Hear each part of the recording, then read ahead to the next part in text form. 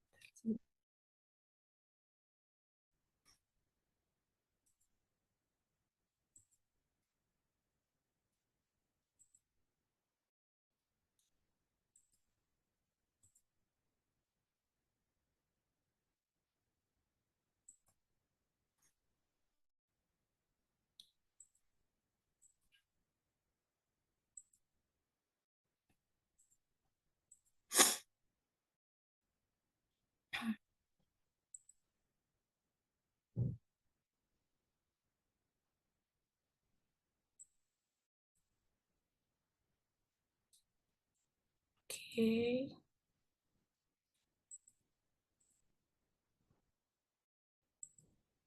Apakah sudah muncul, Bapak Ibu sekalian? Sudah Mbak. Oke. Oke, saya izin untuk membacakan CV dari Kak Alai Masyaruna. Nah, di sini eh, Bapak Ibu sekalian bisa terlihat ya, CV-nya sangat indah gitu, diberikan bunga-bunga cantik gitu di dalamnya. Oke, di sini saya izin untuk eh, membacakan CV dari Mbak Alai Masyaruna untuk pengalamannya mungkin ya, yang pertama ada di, asesmen atau, prestasi itu sendiri dan pencapaiannya. Di sini, Mbak Alaima, Kak Alaima Syaruna ini merupakan, winner Young Lions, 2013 and di acara Young Lions pada tahun 2013, kemudian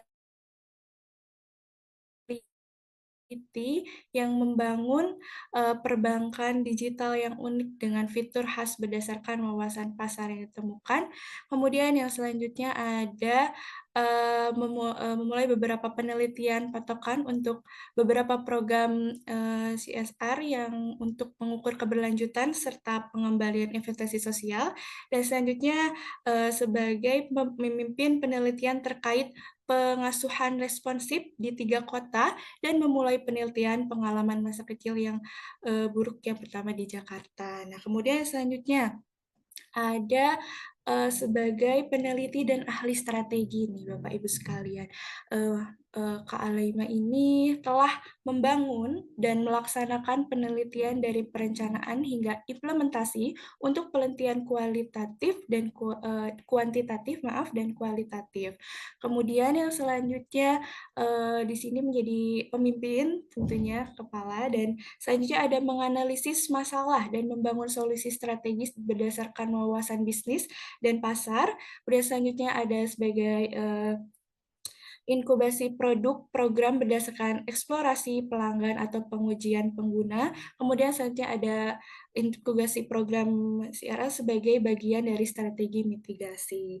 Nah, di sini kita bisa lihat juga ada eh, corporate experience gitu. Di sini kita bisa lihat, Kak Alaima Syaruna ini sebagai Head of Professional Course di Cakap untuk Bangsa, yaitu pada tahun 2024 hingga sekarang.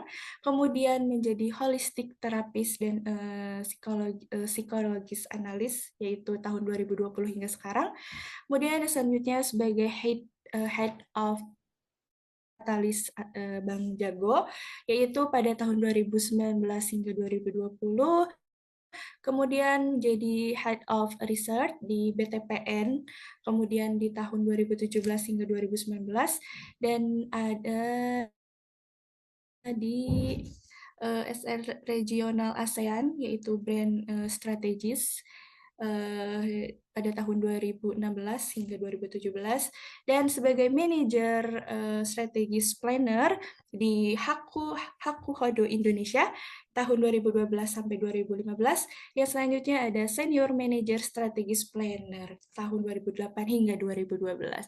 Wah, keren sekali ya Ibu Bapak dan teman-teman semuanya. Narasumber hebat kita ini pengalamannya benar-benar harus diacungi jempol gitu ya. Dan di sini pun kita bisa lihat dari skill-nya ada public speaking, kemudian menjadi terapi dan fasilitatif.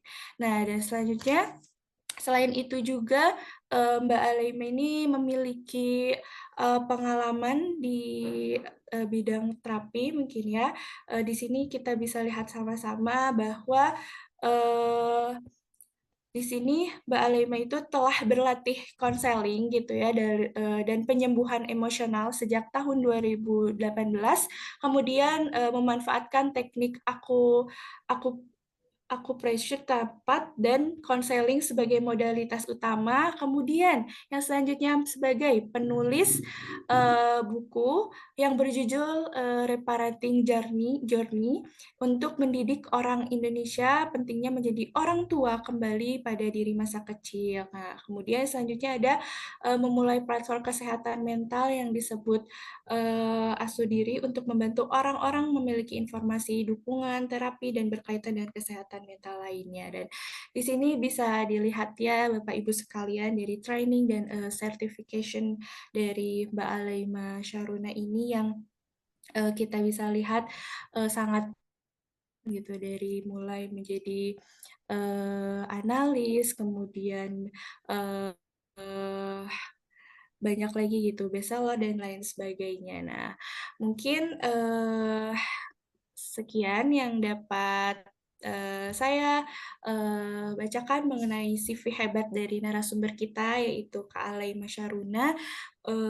Oleh sebab itu, sebelum kita memulai pada pembahasan yang ditunggu-tunggu ya Bapak, Ibu, dan teman-teman semuanya, eh, Fatia selaku moderator yang eh, memandu acara pada hari ini menyerahkan kepada Mbak Alai Masyaruna untuk mulai memberikan materi yang luar biasa. Mungkin Fatia persilakan. Silakan.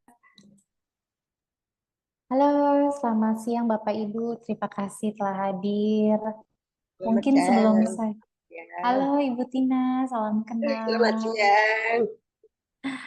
Mungkin sebelum saya sampaikan materi, boleh tanya, boleh raise hand aja di icon. Berapa banyak dari Bapak Ibu yang membina orang tua ataupun anak-anak?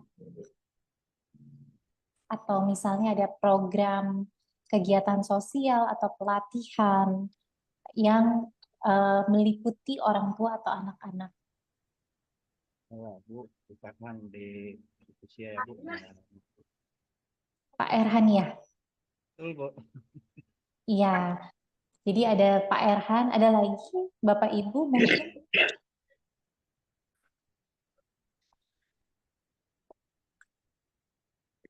Oh, Bapak atau Ibu dari Yayasan Al-Kahfi Bekasi. Oke. Satu, dua. Oke. Sementara dua dulu ya. Tapi saya percaya mungkin di sini ada beberapa dari Bapak atau Ibu yang mau nggak mau harus bertatap muka atau berhubungan dengan eh, orang tua ataupun anak-anak. Jadi materi hari ini sebetulnya ingin saya ingin sharing sedikit. Sebetulnya bagaimana sih kita bisa membantu orang tua ke anak-anak mereka atau membantu pengasuh utama ke anak-anak mereka atau ke anak yang diasuhnya ataupun kepada anak tersebut dan misalnya kita yang punya binaan seorang anak. Nah, kita juga bisa menerapkan beberapa hal-hal yang ada di dalam materi ini. Dan Bapak Ibu, saya di sini lebih kepada sharing. Saya yakin Bapak Ibu juga pengalamannya banyak sekali. Pengalaman di lapangan juga banyak sekali. Jadi jika ingin sharing atau ingin berbagi atau misalnya ingin bertanya juga silahkan untuk kita langsung ngobrol gitu ya. Jadi mindsetnya bukan saya memberitahu sesuatu, tetapi saya ingin sharing aja bahwa ternyata dari apa yang saya pelajari sebagai psikoanalis, ternyata ketika melakukan kegiatan sosial itu sangat berpengaruh sekali. Hal-hal ini diterapkan dalam realitanya atau prakteknya. Izin saya share, apakah sudah terlihat materinya? Sudah ya? Sudah, Mbak. Oke, jadi ini kita lebih diskusi aja bagaimana sih kalau kita membina binaan orang tua atau anak-anak, tapi berdasarkan teori kelekatan. Mungkin Bapak Ibu saya boleh tanya, apakah Bapak Ibu di sini udah paham tentang teori kelekatan? Kalau sudah kan jadi saya nggak terlalu banyak, nggak terlalu lama lah menjelaskan. Tapi kalau belum, saya akan jelaskan dengan lebih detail. Mungkin boleh raise hand, kira-kira siapa saja sudah. Oke, Pak Iswan belum. Oh, Dijelaskan aja, Bu. Dijelaskan aja. halo, iya Pak? Dijelaskan aja. Ya, baik. Belum, oke. Jadi beberapa ada yang belum ya. Nah, jadi tujuannya sebetulnya apa untuk sharing hari ini? Sorry. Tujuannya pertama kita ingin memahami dulu dasar teori kelekatan itu seperti apa. Nama lainnya atau bahasa Inggrisnya adalah attachment style. Jadi kita juga bisa menjelaskan dampak attachment style atau gaya kelekatan terhadap perkembangan anak. Nah, setelah kita mengetahui apa itu dasar teorinya, dampaknya seperti apa, kita bisa memberikan langkah-langkah praktis kepada pembina, atau kalau kita sendiri juga sebagai pembina dalam mendampingi orang tua untuk membangun kelekatan yang aman. Nah, nanti akan dijelaskan lebih lanjut gitu.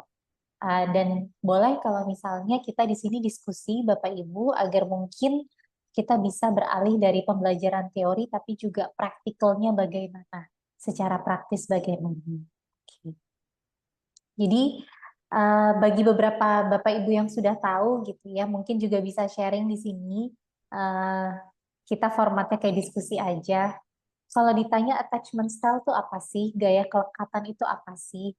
Jadi sebetulnya kelekatan itu adalah pola hubungan emosional yang pertama kali dibentuk seorang anak dengan pengasuh utamanya, di mana biasanya pengasuh utamanya itu adalah orang tua. Biasanya yang pertama anak akan melekat itu adalah kalau baru lahir biasanya ke seorang ibu. Nah, jadi gaya kelekatan ini yang nanti akan membentuk pola relasi anak kepada dirinya sendiri ataupun orang-orang di sekitarnya. Salah satunya terhadap pasangannya, rekan kerjanya, atau bahkan terhadap keluarga-keluarga juga yang di sekelilingnya. Gitu. Nah, kita sebagai pembina memang perlu memahami gaya kelekatan ini agar kita mengenali pola hubungan antara orang tua dan anak, nggak hanya di diri kita sendiri, tapi terhadap binaan kita. Dan bagaimana kita bisa memberikan arahan-arahan atau tips-tips praktis kepada orang tua yang menjadi binaan kita. Gitu. Nah, attachment style ini biasanya akan lekat sekali dengan bagaimana kita merespon, bertingkah laku, dan menghadapi anak tersebut. Nah, kalau kita melihat ada orang tua yang kita bina, berarti bagaimana orang tua atau pengasuh utama tersebut merespon, menanggapi, dan berkomunikasi baik secara verbal, ataupun psikologis, ataupun mental terhadap anak yang diasuh tersebut. Gitu ya. Sebagai contohnya, saya pernah berkomunikasi dan juga berdiskusi dengan para pengasuh-pengasuh di panti asuhan. Nah, jadi di panti asuhan itu akhirnya mereka para pengasuh-pengasuh di panti asuhan itu akhirnya punya nih, oke saya pengasuh utama dari anak yang mana, agar sang anak tahu kalau ada apa-apa dan dia merasa perlu rasa aman, dia bisa ke siapa. Jadi anak juga butuh tahu kalau ada apa-apa, siapa yang bisa saya datangi. Nah, kalau dijelaskan lebih detail, apa sih tipe-tipe kelekatan? Jadi dari kelekatan itu ada 4 tipe kelekatan. 4 itu dari 2 payung besar. Payung besar yang pertama adalah secure attachment atau kelekatan aman. Payung besar kedua adalah insecure attachment, di mana di dalam insecure attachment itu ada 3. Ada anxious attachment, avoidant, dan juga disorganized, yang akan saya jelaskan lebih lanjut. Oke, jadi untuk kelekatan yang pertama, itu adalah secure attachment. Secure attachment ini adalah kelekatan yang aman. Jadi di mata anak, pengasuh itu selalu hadir, selalu responsif, dan sebagian besar kebutuhan anak itu dipenuhi, baik kebutuhan secara fisik ataupun emosional. Jadi, contohnya misalnya sang anak nangis karena lapar, oh susunya ada. Anak merasa takut, dia nangis karena dia merasa kedinginan atau ketakutan, pengasuh hadir untuk menenangkan dia atau menggendong dia. Atau sang anak ingin berbicara tentang sesuatu, pengasuhnya pun responsif. Iya, ada apa, memimik sang anak, menanggapi sang anak. Dan yang paling penting, anak merasa dia bisa aman mengekspresikan emosinya, karena waktu kecil lebih banyak emosi ya dibandingkan pemikiran kognitif gitu. Jadi sang anak merasa aman untuk mengekspresikan emosinya, pertanyaannya, curiosity-nya, dan anak merasa aman untuk menjadi dirinya sendiri. Jadi anak merasa bahwa ketika dia mengekspresikan emosinya, dia tidak merasa ditolak. Anak merasa ketika dia melakukan sesuatu, memiliki respon yang predictable, gitu ya. Jadi pengasuh pun hadir secara predictable. Nah, dampaknya apa? Dampaknya pada anak akan merasa bahwa dunia ini adalah dunia yang aman. Bahwa orang-orang di sekitar saya itu juga orang-orang yang bisa saya percaya. Saya merasa aman untuk menjadi diri saya sendiri, untuk menggali potensi diri saya, untuk bisa mengekspresikan atau mengkomunikasikan apa yang saya pikirkan dan rasakan, dan saya merasa aman untuk melakukan apa yang menjadi plan atau tujuan saya. Itu dampaknya di masa besar, di masa dewasa. Itu dampak di dirinya. Sehingga implikasinya pada relasi, baik terhadap pasangan, teman kerja, ataupun relasi apapun, dia merasa aman untuk bisa mengkomunikasikan kebutuhannya. Dia punya boundaries yang sehat, bahwa kapan dia harus berkata iya dan kapan dia berkata tidak.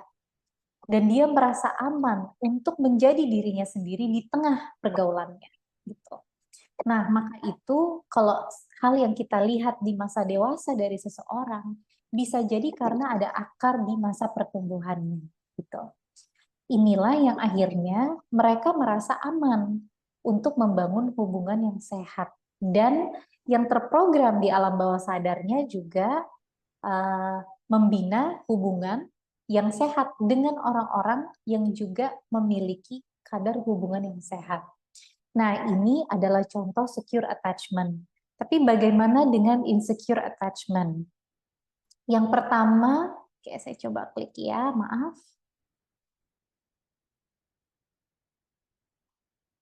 Yang pertama dari insecure attachment itu ada yang namanya anxious attachment atau kelekatan cemas gitu. Jadi anxious attachment itu terjadi ketika pengasuh tidak konsisten hadir untuk memenuhi kebutuhan anak, atau anak tidak dapat memprediksi kapan pengasuh ini hadir atau tidak. Jadi kadang ada, kadang enggak gitu ya. Kadang ketika dia menangis, dia ditenangkan. Tapi ada masa dia menangis, dia didiamkan. Ada masa dia sering melihat ibunya di sore hari misalnya. Tetapi beberapa hari kemudian hilang, lalu ada lagi. Jadi anak akhirnya tidak bisa menerka-nerka. Sebetulnya kapan ya saya itu dapat perhatian? Sebetulnya kapan saya bisa mendapatkan kebutuhan saya baik secara emosi atau fisik?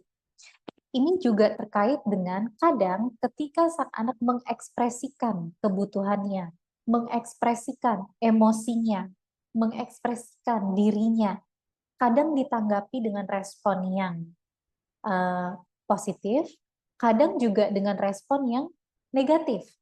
Nah, tanpa penjelasan, tanpa ketika pengasuh utama menjelaskan, maka sang anak juga meraba-raba, sebetulnya saya ini boleh nggak ya untuk mengekspresikan diri saya sendiri, menjadi diri saya sendiri apa adanya. Nah, jadi anak juga akhirnya punya sebuah keraguan, apakah saya aman untuk mengandalkan pengasuh saya? Apakah saya merasa aman untuk mencari perhatian? Apakah ketika saya membutuhkan sebuah perhatian atau umpan balik, apakah saya akan ditolak atau tidak? Nah, ketika sang anak tumbuh dengan gaya kelekatan anxious ini, maka ketika dia besar atau ketika dia dewasa, dia akan bertanya-tanya. Ketika dia berada dalam sebuah hubungan relasi, ada kemungkinan besar dia akan bertanya, apakah saya bisa diterima ketika saya menjadi diri saya apa adanya. Ketika saya mengekspresikan diri saya, apakah saya akan diterima atau ditolak? Jadi, apakah sebetulnya saya diinginkan di lingkungan ini, dan apakah sekeliling saya bisa saya prediksi sebetulnya itu menginginkan saya atau tidak? Biasanya di pola relasi berpasangan, ini adalah tipe-tipe yang kadang-kadang suka nanya gini, Bapak Ibu, kamu tuh sayang aku nggak sih? Gitu.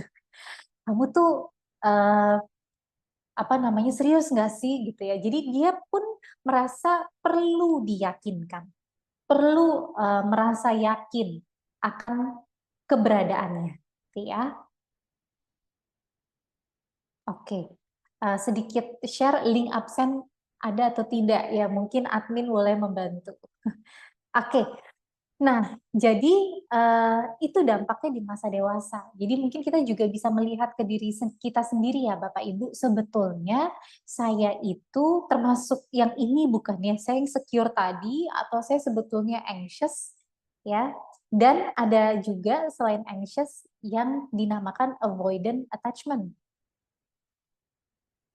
Oke, di avoidant attachment ini biasanya ketika pengasuh secara emosional tidak hadir, tidak bertersedia untuk anak, atau bahkan di beberapa kasus pengasuh utama menolak untuk hadir atau membangun koneksi secara emosional dengan anak. Ini kenapa bisa terjadi? Bisa berbagai hal. Bisa karena stres yang tinggi, bisa karena memang ada yang terjadi dalam proses saat pengasuh tersebut dewasa, sehingga ia pun tidak bisa membangun kedekatan emosional dengan orang-orang di sekitarnya, bahkan termasuk dengan anak yang diasuhnya. Nah, ini bukan kondisi yang jarang, itu beberapa kali juga saya temukan bahwa memang dari masa kecil sang pengasuh tersebut tidak terbiasa untuk membangun kedekatan emosi dan memang diharapkan untuk tidak mengekspresikan emosinya. Sehingga ketika sang pengasuh tersebut memiliki anak yang diasuh, baik anaknya sendiri atau anak binaan, maka ia terbiasa untuk tidak memperbolehkan sang anak tersebut mengekspresikan emosi, pikiran, atau dirinya. Nah, jadi anak juga akhirnya merasa bahwa saya tidak aman ketika saya membutuhkan dan mengekspresikan kebutuhan emosi saya, fisik saya, ataupun kebutuhan saya yang lainnya. Gitu. Dengan begitu, maka anak otomatis menjadi mandiri secara emosional. Mandiri di sini lebih ke arah mandiri yang ia bangun sendiri, sehingga ia jadinya kesulitan membangun kedekatan dengan orang lain gitu. Jadi biasanya anak-anak dengan pola kelekatan ini karena merasa tidak aman untuk meminta, mengekspresikan kedekatan emosional atau mengekspresikan dirinya, maka ia cenderung untuk bahasanya itu lebih menjauh dan membangun dinding pertahanan. Maka itu akan lebih sulit untuk membangun kedekatan dengan orang lain. Dampaknya bagaimana kalau misalnya sudah besar? Kalau sudah besar, misalnya di lingkungan kerja, dia akan lebih banyak ingin menanggung bebannya sendiri. Ya udah saya aja ngerjain, saya bisa. Daripada saya ngerepotin orang lain. Biasanya akan lebih sulit meminta bantuan karena merasa apapun yang dia rasakan itu menjadi bebannya dia. Dia saat kecil tidak diperbolehkan atau tidak ada ruang untuk mengekspresikan apa yang dia rasakan. Sehingga ketika dewasa, ketika saya merasakan ini ya udah saya tanggung aja sendiri gitu ya. Atau dalam pola relasi mungkin sulit untuk membangun hubungan atau komunikasi yang terbuka. Lebih sulit membangun hubungan atau komunikasi yang terbuka, memberitahukan apa yang dia rasakan. Karena mungkin dia sendiri juga tidak terbiasa merasakan emosinya. Karena kalau merasakan dan diekspresikan dulu kan menjadi hal yang dilarang atau tidak diterima. Sehingga ketika dewasa, ia merasa udah kesulitan untuk merasakannya, apalagi mengkomunikasikannya. Jadi seringkali akhirnya yang terjadi ditahan, dan di ujungnya akhirnya burnout. Burnout artinya tiba-tiba meledak atau tiba-tiba baru sadar, oh iya ya ternyata selama ini tuh melelahkan sekali. Oh iya ya ternyata selama ini tuh saya membutuhkan sesuatu tapi saya tidak pernah sadar dan saya tidak pernah mengkomunikasikannya. Gitu. Dan yang terakhir itu adalah disorganized attachment. Jadi ini adalah tipe kelekatan yang sering muncul dalam hubungan yang penuh dengan trauma-trauma di masa kecil atau lingkungan yang bisa membentuk atau mengakibatkan trauma tersebut. Di mana pengasuh dilihat oleh anak bisa menjadi sumber perlindungan, tapi di saat yang bersamaan juga bisa menjadi sumber ketakutan. Contoh, sang anak ingin berlindung kepada pengasuh utama. Kalau ada apa-apa, saya pengen bisa cerita nih kepada pengasuh utama. Tapi seringkali pengasuh utama tersebut akhirnya menghukum sang anak tersebut. Sehingga anak akhirnya bingung, sebetulnya saya ke dia itu untuk berlindung, tapi kok di saat yang bersamaan saya juga takut kalau deket-deket sama dia. Jadi anak bingung, saya harus deket atau harus menjauh. Dan kadang pola-pola yang terjadi itu tidak dapat diprediksi. Jadi hari ini dihukum, besok baik-baik aja. Lusa tiba-tiba ada hukuman lagi, tapi saya nggak tahu nih hukumannya karena apa. Misalnya dari kacamata seorang anak ya. Jadi tanpa penjelasan dan tanpa komunikasi, anak akhirnya melihat bahwa saya nggak bisa memprediksi ini, dan saya juga takut kalau saya deket-deket, karena kalau saya deket, nanti saya tiba-tiba tanpa saya bisa prediksi, saya dapat hukuman. Jadi akhirnya anak bingung mau maju atau mau mundur. Bagaimana dampaknya di masa dewasa? Dampaknya adalah anak akan lebih sulit ketika dia dewasa membina hubungan yang stabil. Karena di mata anak-anak, di mata anak tersebut saat dewasa, dunia ini tidak aman. Di mata dia saat dia dewasa, kadang dia melakukan sesuatu, lalu hal menimpa kepada dia. Kadang dia mencoba untuk berlindung, tapi tempat dia berlindung malah kadang-kadang menakutkan buat dia. Jadi dia tumbuh dengan mindset atau perasaan dan pikiran bahwa saya nggak boleh terlalu lama di sebuah hubungan atau relasi karena mungkin itu akan menyakiti saya di masa depannya. Ini adalah tipe-tipe kalau akhirnya di relasi lebih kepada, aduh, kalau saya benar-benar masuk dalam relasi ini nanti saya takut untuk disakiti, gitu ya. Jadi ini juga akan bisa mempengaruhi bagaimana anak ini saat dewasa nanti itu juga bekerja.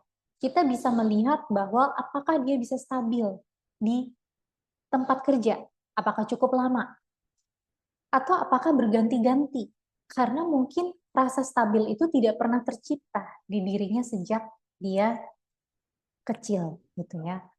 Nah, ini kenapa penting buat kita untuk mengetahui teori kelekatan ini. Apalagi jika kita memiliki binaan gitu. Kenapa? Karena ini yang akan membentuk generasi di masa depan. Kita punya cita-cita untuk ada generasi emas di tahun 2045 ya Bapak Ibu. Tetapi generasi emas yang akan terbentuk di masa depan ini sangat dipengaruhi oleh bagaimana anak-anak ini tumbuh dan berkembang. Ketika anak-anak tumbuh dan berkembang dengan gaya kelekatan yang aman, maka possibility atau kesempatan dia untuk menjadi generasi emas bisa jadi lebih besar. Karena dia merasa bahwa dunia ini aman, saya juga aman untuk mengeksplorasi dan menggali diri saya untuk mencapai yang terbaik. Dibandingkan dengan kalau kita kasih contoh yang paling ekstrimnya, anak-anak yang tumbuh dengan disorganized attachment, maka ada kemungkinan dia di masa dewasanya akan memiliki hubungan yang lebih tidak stabil, baik hubungan dengan dirinya, pekerjaannya, ataupun relasinya, yang akhirnya berdampak pada kehidupan dia sebagai individu dan kontribusi dia sebagai individu di masyarakat sosial, gitu ya. Bagaimana kita bisa mencapai generasi emas jika ada seseorang yang memang secara pekerjaannya tidak bisa stabil? Itu akan mempengaruhi kondisi ekonomi juga, gitu. Nah, disinilah makanya kita penting sekali untuk mengetahui dan mungkin membantu para orang tua yang kita bina, gitu. Jadi, apa sih peran kita sebagai pembina? Yaitu sebagai fasilitator. Nah, jadi kalau kita lihat kita sebagai fasilitator itu menjembatani ilmu ini dengan praktek sehari-hari. Jadi mungkin kita juga supaya tidak hanya sebagai penyampai teori, kita juga bisa merefleksikan diri kita. Sebetulnya kita ini masuk dalam kategori yang mana. Karena sebelum kita ngasih teorinya ke orang, mungkin ada baiknya kita juga merefleksikan ke diri kita dan ada baiknya kita memang juga sadar sebetulnya saya di mana dan saya harus melakukan apa agar saya bisa membangun rasa aman di dalam diri saya. Nah, artinya apa? Pertama, kita perlu memahami kondisi keluarga yang kita bina secara spesifik. Kalau kita misalnya membina sebuah keluarga atau kita memiliki yayasan anak-anak gitu ya, atau kita sering ke rumah-rumah untuk kegiatan sosial kita, mungkin kita bisa melihat dulu bagaimana sih gaya komunikasi keluarga tersebut. Apa saja tantangan yang dihadapi, dan kira-kira kebutuhan emosional anak itu apa saja saat itu. Dan jangan salah Bapak Ibu, kadang-kadang kebutuhan fisik itu juga sangat terkait dengan kebutuhan emosional. Contohnya apa? Contohnya sandang pangan papan itu sangat terkait dengan kebutuhan emosional, rasa aman dan nyaman. Jadi itu juga saling terkait satu sama lain.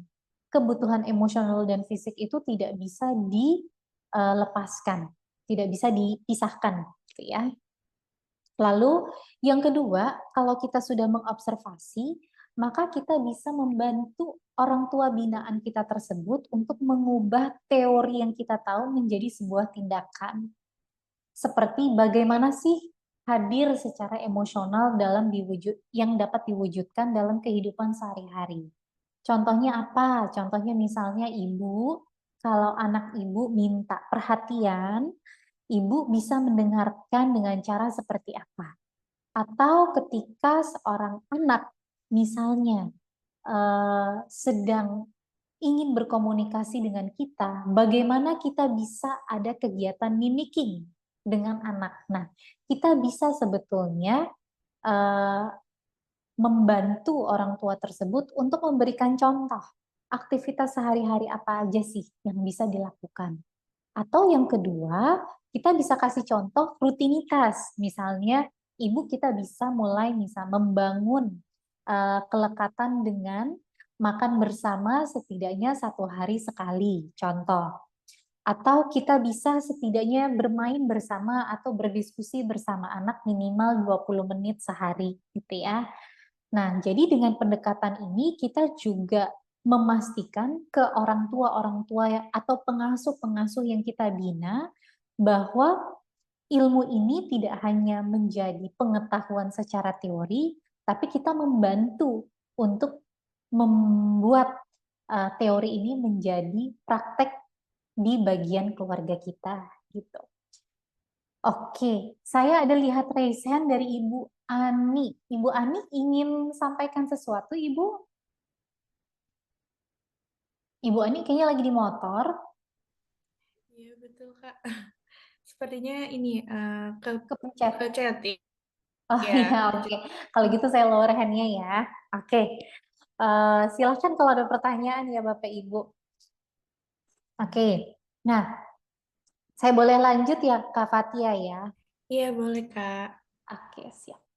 Nah, itu yang pertama. Lalu yang kedua, bagaimana setelah kita yang pertama tadi kita jembatani ilmu dengan praktek sehari-hari. Nah, yang kedua adalah bagaimana kita bisa membantu orang tua mengubah pola interaksi yang tidak sehat. Jadi sebagai pembina, kita juga punya peran penting dalam membantu orang tua yang kita bina atau pengasuh yang kita bina untuk kenal dan kalau bisa mengubah pola interaksi yang kurang berkontribusi atau kurang bisa memberikan rasa aman kepada anak. Jadi kita cek nih ibu-ibu atau bapak-bapak atau pengasuh-pengasuh yang sering berinteraksi dengan anak, seberapa sering bereaksi marah kepada anak, atau seberapa sering mengabaikan anak ketika anak berbicara, bertanya, atau menyampaikan sesuatu. Nah, ini Bapak Ibu, dalam pengalaman saya, nggak usah minta orang tua binaannya jawab kita. Karena nanti akan ada defense, atau defense apa ya, pertahanan gitu. Jadi misalnya sering tapi saya jawabnya jarang aja gitu ya. Jadi nggak apa-apa, Ibu sampaikan aja pertanyaannya, minta orang tua untuk catat aja dalam hati gitu ya, atau nggak catat pribadi gitu. Untuk jadi bahan refleksi orang tua gitu. Jadi kalau kita tanya langsung, ada kemungkinan, nggak selalu, tapi ada kemungkinan orang tua juga atau pengasuh segan ngasih tahu flopnya di mana gitu ya. Kan ada rasa malu juga gitu. Jadi bilang aja bahwa disimpan aja, tapi seberapa sering Bapak Ibu bereaksi marah, memberikan hukuman. Jadi ada bedanya antara hukuman dan konsekuensi ya Bapak Ibu. Kalau hukuman itu lebih ke arah memberikan sesuatu yang nggak enak kepada anak. Kalau konsekuensi itu lebih kepada menarik apa yang anak suka, tapi sebagai konsekuensi karena tidak melakukan sesuatu atau karena melakukan sesuatu. Jadi seberapa sering memberikan hukuman fisik, verbal, atau psikologis, seberapa sering Bapak Ibu kita tanya kepada binaan kita yang mengabaikan pertanyaan anak atau ketika anak memanggil kita tidak menjawab. Lalu kita bimbing orang tua. Oke, Bapak Ibu, kalau udah ada jawabannya, udah dicatat, coba Bapak Ibu refleksi yuk ketika Bapak Ibu melakukan seperti itu. Menurut Bapak Ibu, kalau Bapak Ibu jadi anak-anak, apa sih perasaan Bapak Ibu ketika Ibu jadi anak tersebut? Gitu ya. Jadi kita bantu orang tua atau pengasuh yang kita bina di posisi sang anak tersebut. Jadi coba Bapak Ibu jadi anaknya, kira-kira apa perasaan yang anak tersebut rasakan, gitu. Nah, kita lihat di mana gap-nya, di mana apa namanya gap tuh jeda, bukan jeda ya, apa ya gap. Gap tuh apa ya Kak Fatia? Halangan mungkin ya, Halangan hambatan. ya. Apa gapnya di antara respon yang terjadi di lapangan sama perasaan si anak yang mungkin dirasakan, tapi dicoba dirasakan oleh sang pengasuh atau orang tua tersebut, gitu ya. Nah, baru setelah itu kita bisa memberikan alternatif, gitu. Oke, Bapak Ibu, yuk kita belajar. Bagaimana kita bisa menggantikan hal-hal yang mungkin menimbulkan rasa tidak aman pada anak menjadi hal-hal yang bisa kebalikannya, memberikan rasa aman kepada anak. Contoh, misalnya kalau Bapak Ibu marah, yuk kita pelajari teknik bagaimana kita bisa mengelola amarah dan menukarnya menjadi mendengarkan aktif. Atau bagaimana kita bisa jadi apa namanya rasa marah yang kita miliki ini bisa bisa diganti atau ditukar dengan memvalidasi emosi anak saat itu, gitu ya. Jadi kita juga mungkin perlu mempelajari beberapa teknik-teknik yang perlu kita rasakan sendiri, kita ikuti sendiri, baru setelah itu kita ajarkan kepada para binaan kita bagaimana kita bisa mengubah hal-hal yang tadi mungkin memberikan respon atau rasa tidak aman pada anak, kita ubah menjadi teknik-teknik atau hal-hal yang bisa memberikan rasa aman pada anak, gitu ya. Misalnya sang anak itu sebetulnya tantrum karena dia bingung, gitu. Tapi yang keluar dari sisi anak-anak adalah tangisan yang tidak berhenti dan teriakan karena dia bingung, gitu ya. Saya sering sekali banyak ketemu klien yang akhirnya marah karena dianya sendiri juga stres, bingung, anaknya mau apa sih gitu ya. Nah, pertanyaannya kan anaknya lagi tantrum, biasanya orang tuanya ikut tantrum. Ya, cuman tantrumnya beda. Tantrumnya orang tua kayak ya atau apa atau ada hukumannya atau gimana gitu ya. Nah, kita sebagai pembina bisa mengajak orang tua untuk mengenali polanya dulu. Bapak Ibu gitu ya. Bapak Ibu waktu itu menjadi stres, apa yang membuat stres saat itu? Dan apa yang bisa dilakukan untuk menurunkan stresnya di saat itu terjadi? Apa yang bisa Bapak Ibu latih di keseharian, sehingga saat menghadapi stres tersebut, Bapak Ibu bisa lebih tenang untuk menghadapi tantrum anak tersebut. Dan jangan lupa tadi di poin 2, kita bisa membantu orang tua tersebut. Coba Bapak Ibu yang jadi anak tantrum tersebut, sebetulnya apa sih yang dirasain? apa yang dipikirin si anak gitu ya. Nah, jadi kita juga mencoba untuk menumbuhkan empati kepada sang pengasuh utama gitu. Karena seringkali juga yang terjadi ketika kita menjadi yang mengasuh, kita kadang-kadang lupa apa perasaan kita dulu saat kita diasuh gitu ya. Oke. Nah, dampak bagi pembina yang ketiga adalah bagaimana kita menjadi model kelekatan yang aman untuk orang tua. Jadi orang tua yang kita bina atau pengasuh utama yang kita bina itu kan perlu contoh, perlu modeling. Kalau untuk membangun kelekatan yang aman tuh kayak apa sih? Nah, kita harus bisa memberikan model itu kepada binaan kita. Jadi kita nggak hanya mengajarkan teori, tapi kita juga bisa menjadi model kelekatan yang aman. Contohnya, kalau binaan kita menceritakan segala kesulitan yang mereka alami, kita menunjukkan kehadiran emosional kita kepada binaan tersebut. Kita mendengarkan tanpa menghakimi. Jadi, we listen, we don't hear to reply, tapi kita benar-benar mendengarkan. Oh, begitu. Dan no judgment. Karena kadang-kadang dari pengalaman saya, apa yang mereka sampaikan mungkin nggak masuk akal buat kita. Mungkin di luar nurul gitu, di luar akal gitu ya. Kok bisa? Tapi mungkin kita tidak punya kehidupan yang sama dengan apa yang dialami oleh orang-orang yang kita bina. Sehingga tugas utama kita adalah kita tidak perlu menjadi orang itu, kita hanya perlu mendengarkan tanpa menghakimi. Lalu bagaimana kita bisa memberikan dukungan dan merespon apa kata-kata mereka atau apa yang mereka sampaikan dengan empati.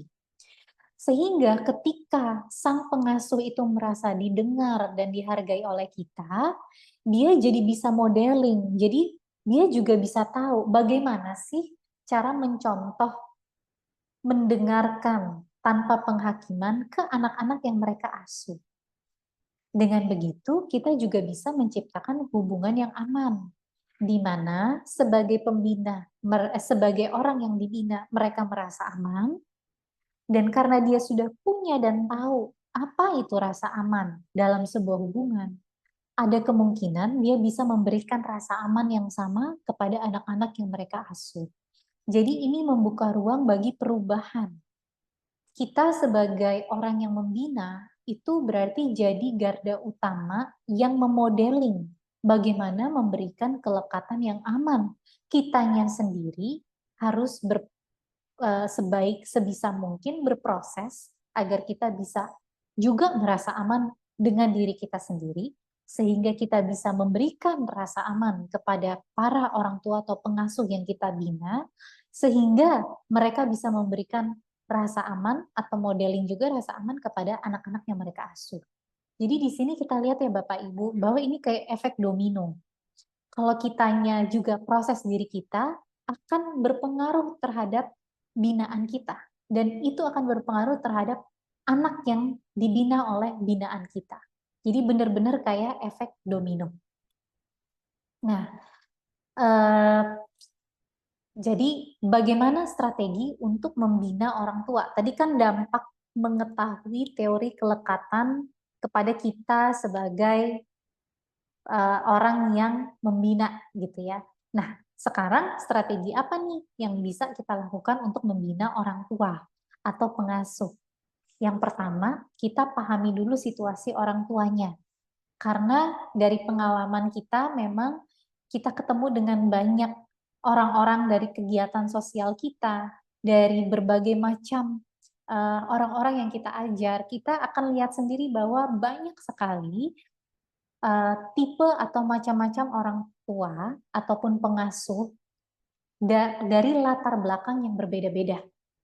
Kehidupan dan latar belakang yang berbeda, pola asuh dan cara tumbuh mereka yang berbeda akan menjadikan mereka diri yang juga gak sama, semuanya unik, semuanya punya perbedaan. Jadi permasalahan yang mereka hadapi juga pasti unik. Yang pertama berarti tadi kita dengarkan dengan empati. Nah, tadi tanpa judgement. Yang kedua, kita tunjukkan pemahaman kita. Jadi kadang-kadang support itu yang sering disalahartikan adalah orang mengira dia memberikan support dengan cara memberikan nasihat. Padahal banyak klien saya yang datang, dia tidak butuh nasihat, dia hanya butuh didengar. Dia hanya butuh didengar dengan orang yang memang rela untuk mendengarkan dengan kesadaran penuh. Kalau bahasa di mindfulness-nya in the here and now, di sini dan kini. Ketika kita mendengarkan, kita benar-benar berada di tubuh kita, pikiran kita tidak kemana-mana. Dan kita menunjukkan pemahaman bahwa, oh saya ngerti buat kamu, kenapa itu terasa sulit. Mungkin itu nggak sulit buat kita, tapi kita bisa pahami buat kamu bagaimana itu bisa jadi sulit. Jadi kita menunjukkan bahwa kita menghargai perasaan mereka, gitu ya. Kita contohnya aja misalnya kita ke anak. Anak merasa kesulitan melakukan sesuatu. Kita sebagai orang dewasa nggak sulit melakukan itu, karena kita sudah jauh lebih dewasa. Ini contohnya aja. Tapi bagaimana kita bisa memberikan support dan memberikan pemahaman atau understanding kepada sang anak. Kita bisa bilang bahwa saya mengerti atau saya paham, ibu ngerti ini kenapa jadi hal yang sulit buat kamu. Jadi buat kamu, tapi kita ngerti gitu ya. Nah, baru yang ketiga, kita identifikasi pola. Kita cari tahu apakah ada pola pengasuhan yang mungkin nggak mendukung kelekatan yang aman atau secure attachment.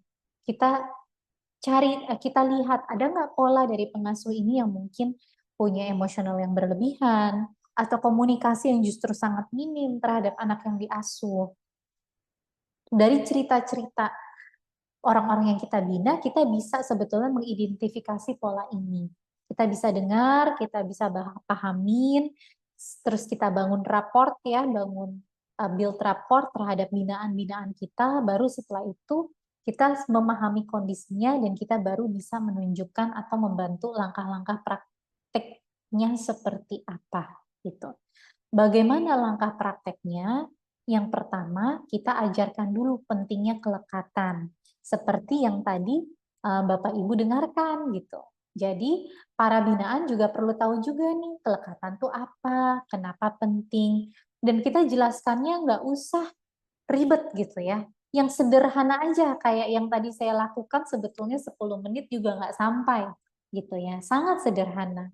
Dan kita bisa gunakan beberapa analogi-analogi kalau terlalu sulit untuk menjelaskan secara teori psikologis gitu ya. Misalnya kelekatan itu kayak akar pohon loh Ibu.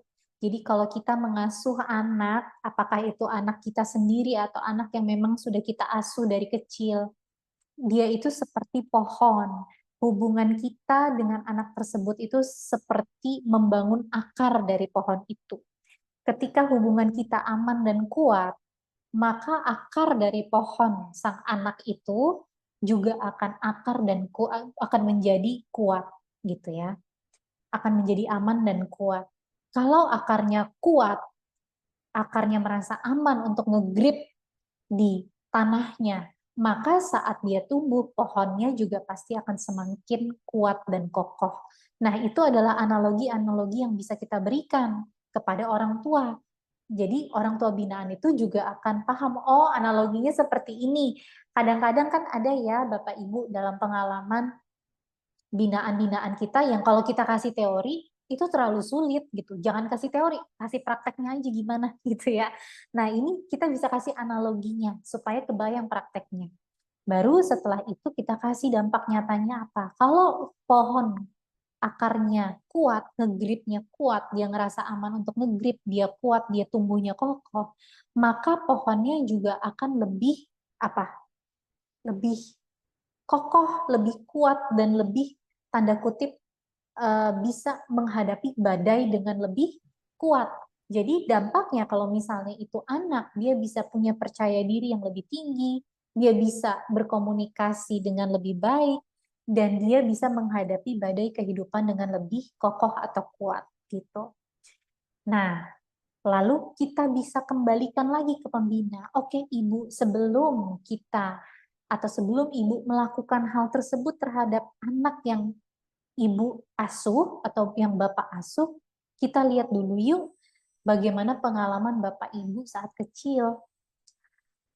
Apakah Bapak Ibu merasa memiliki hubungan yang aman dengan pengasuh Bapak Ibu saat kecil? Bagaimana hal itu mempengaruhi Bapak Ibu sekarang? Jadi dengan memberikan, tadi kembali lagi seperti cara di awal ya, dengan membuat mereka kembali jadi anak-anak, maka kita juga memberikan konteks kepada orang tua dan para pembina ini. Ini loh yang dialami di masa kecil, kita mungkin lupa, tapi kita ingatkan kembali gitu. Jadi mereka bisa memiliki motivasi yang lebih untuk menerapkan perubahan di dalam pola asuh mereka, ya. Oke. Lalu ketika orang tua sudah sadar, oh iya ya, ternyata waktu kecil saya nggak merasa secure. Sekarang saya butuh membangun rasa aman untuk diri saya dan tentu agar bisa memberikan rasa aman kepada anak yang saya asuh. Jadi kita bisa memberikan alat-alat praktisnya atau practical tools-nya. Yang pertama adalah, oke, Bapak Ibu, sekarang bagaimana Bapak Ibu bisa membangun rasa aman untuk diri sendiri. Nah, ini nggak ada di slide dulu ya. Membangun rasa aman untuk diri sendiri. Yang pertama adalah kita coba untuk melatih regulasi emosi kita kembali meski kita sudah dewasa. Karena seringkali apa yang kita pelajari saat kita tumbuh waktu kita kecil itu belum tentu berkontribusi terhadap apa yang kita hadapi di masa dewasa kita. Jadi saya selalu bilang sama klien, kadang-kadang ini kayak makanan kaleng. Ada yang namanya expiration date-nya.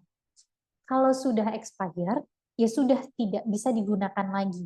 Saat itu berguna untuk hidup kita, tapi sekarang mungkin sudah expired, sudah tidak bisa digunakan lagi. Kita harus mempelajari cara baru untuk menghadapi apa yang kita hadapi. Bagaimana kita bisa memiliki regulasi emosi yang lebih nyaman, baik, dan berkontribusi buat hidup kita, sehingga kita juga bisa merasa aman di dalam diri kita. Nah, ketika kita sudah merasakan, oh ini toh rasa aman di dalam diri saya, ini toh rasa aman untuk menyampaikan apa yang ingin saya sampaikan, untuk berkomunikasi, maka kita akan bisa lebih mudah memberikan itu kepada anak yang kita asuh. Nah, itu pemahaman yang perlu kita berikan pengertiannya kepada binaan kita, gitu ya. Nah, sekarang sebagai pengasuh atau orang tua, apa yang bisa dilakukan untuk membangun kelekatan yang aman terhadap anak? Contoh yang pertama, kita luangkan waktu yang berkualitas. Bisa makan bersama, bisa baca buku bersama, bisa ada kegiatan bermain 20 menit minimal dalam sehari, tapi orang tuanya hadir penuh, pengasuhnya hadir penuh, tidak diganggu handphone, tidak diganggu tontonan, tidak diganggu yang lain, benar-benar hadir secara utuh. Saya hadir untukmu, tidak terganggu.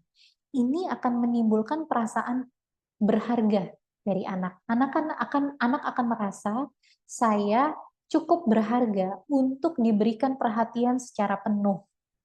Saya cukup punya value dan nilai yang cukup sampai saya diberikan waktu yang tidak terganggu untuk saya. Jadi ini juga akan membentuk rasa anak menghargai dirinya, melihat dirinya sendiri. Yang kedua adalah mendengarkan aktif. Bagaimana kita mengajarkan orang tua untuk mendengarkan tanpa interupsi. Jadi tadi kita kan udah modeling mendengarkan sepenuhnya kepada orang tua yang kita bina atau pengasuh yang kita bina. Setelah itu kita mengajarkan bagaimana pengasuh atau orang tua tersebut juga mendengarkan anak yang diasuh tanpa interupsi. Dan ketiga, kita juga bisa mengajarkan bagaimana kita memvalidasi perasaan anak. Ketika anak merasa sedih atau marah, bagaimana sih kita meresponnya dengan tenang, dengan tanda kutip waras gitu ya. Bagaimana kita bisa memvalidasi bahwa, oh mungkin buat orang dewasa ini bukan hal yang penting. Tapi buat anak itu ternyata penting sekali sampai sang anak merasa marah sekali gitu ya. Jadi kita juga perlu memahami tahap perkembangan anak. Sehingga orang tua atau pengasuh yang kita bina juga paham tahap perkembangan anak itu seperti apa. Sehingga dia juga tahu bagaimana merespon anak-anak yang mereka asuh. Nah, Lalu yang terakhir, kita sebagai orang tua sebisa mungkin memiliki komunikasi yang efektif. Jadi kita perlu menciptakan hubungan yang aman lah dengan orang tua atau pengasuh yang kita bina. Jadi komunikasi dengan sederhana, kita nggak perlu pakai bahasa yang sulit gitu ya. Pakailah bahasa yang mudah untuk kita pahami. Kalau ada sesuatu yang memang tidak sejalan dengan idealisme atau teori-teori perkembangan anak atau teori parenting, kita bisa gunakan pendekatan yang lebih kolaboratif. Kolaboratif itu maksudnya bagaimana? Mungkin kita bisa pakai sandwich ya. Jadi tidak langsung memberikan kritik, tapi ada yang namanya teknik sandwich. Bapak Ibu mungkin sudah tahu ini. Jadi kita berikan penghargaan, pujian, lalu mungkin di tengahnya apa yang bisa diperbaiki, lalu ditutup dengan apa hal yang sudah dilakukan baik yang bisa dilanjutkan. Jadi kita pakai teknik yang namanya sandwich sandwich response gitu ya. Dan kalau kita memberikan contoh, mungkin kita bisa memberikan contoh-contoh yang nyata dan relevan buat mereka. Jadi sebisa mungkin contohnya memang sesuai dengan kehidupan sehari-hari, bukan contoh yang mereka sebetulnya juga nggak pernah alami. Dengan begitu mereka akan lebih paham bagaimana sih saya bisa menerapkan, membangun kelekatan yang aman ini kepada anak-anak asuh, atau anak-anak yang mereka asuh. Oke, nah kalau ada pertanyaan silahkan ya Bapak Ibu, jadi supaya kita formatnya bisa diskusi gitu. Jadi pertanyaannya gini, nanti biasanya Bapak Ibu saat kita udah sampai di lapangan, ini nggak akan semulus presentasi ini gitu ya. Kalau di presentasi ini kan mulus ya, dari slide 1, kedua, ketiga semuanya mulus. Tapi di lapangan biasanya akan banyak cobaan-cobaan atau halangan-halangan gitu. Jadi kita juga sebagai pembina perlu mempelajari bagaimana bisa mengatasi hambatan-hambatan yang orang tua ini akan hadapi di masa depannya. Jadi kenapa orang tua akan mendapati hambatan? Ya sebenarnya kayak kita aja gitu ya. Kita sebagai orang tua, kalau kita di sini udah punya anak atau kita mengasuh anak, kita kadang-kadang stres, kita kadang-kadang juga masih belajar untuk meregulasi emosi kita dengan lebih baik. Kita sendiri masih belajar untuk membangun rasa aman dan nyaman di dalam diri kita, untuk membangun rasa aman dan nyaman dengan relasi pasangan kita, dengan suasana pekerjaan kita. Jadi kita sendiri aja itu ngalamin semua itu. Ya apalagi orang tua yang kita bina, yang juga sama seperti kita manusia gitu ya. Tapi mungkin juga kadang-kadang mengalami tantangan yang mungkin lebih besar juga daripada kita. Jadi yang pertama bisa kita lakukan adalah memberikan dukungan emosional kepada mereka dengan cara-cara yang tadi sudah disampaikan. Lalu membantu mereka menyadari pola asuh yang belum aman.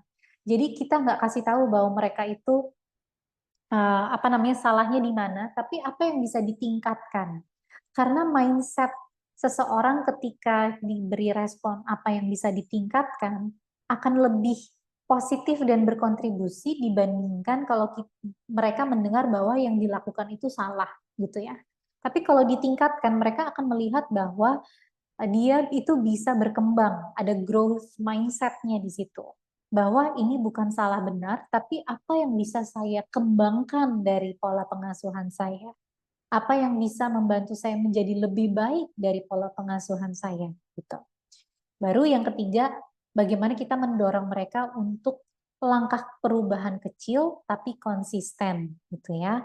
Nah ini terkait juga dengan poin kedua. Kalau kita pakainya growth mindset, bahwa kita bisa berubah lebih baik, kita bisa berkembang.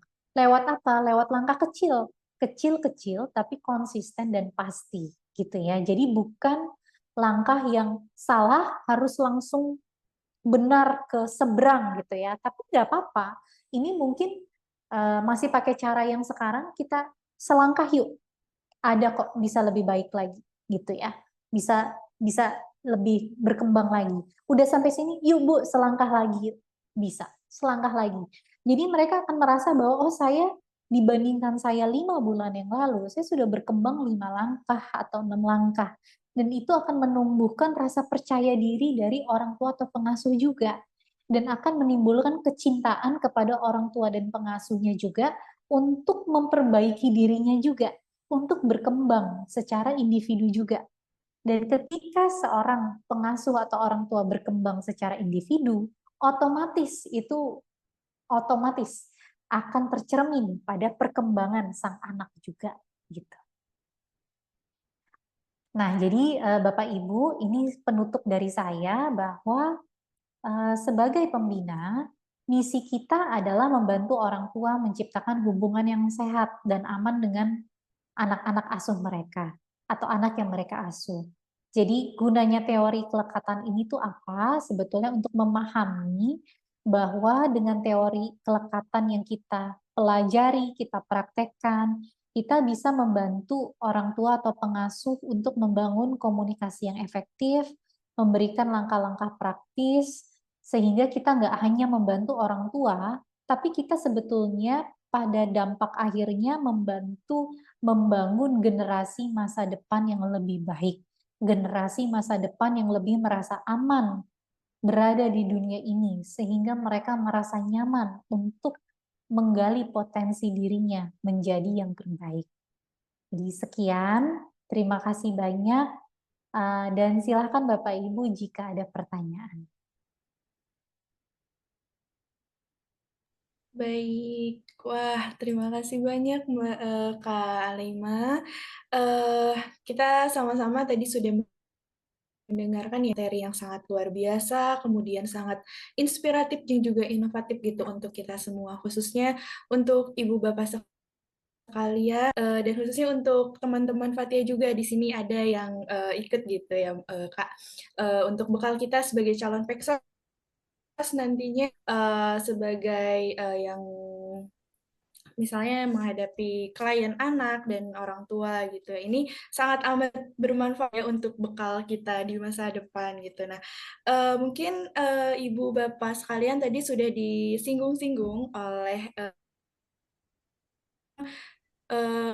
sesi tanya jawab. Nah, di sini saya selaku moderator silahkan kepada Bapak, Ibu, dan teman-teman sekalian yang ingin bertanya, mungkin tadi ada yang masih penasaran dan lain sebagainya, untuk langsung raise hand saja atau boleh pertanyaannya ditulis di kolom komentar dan nanti saya akan bacakan.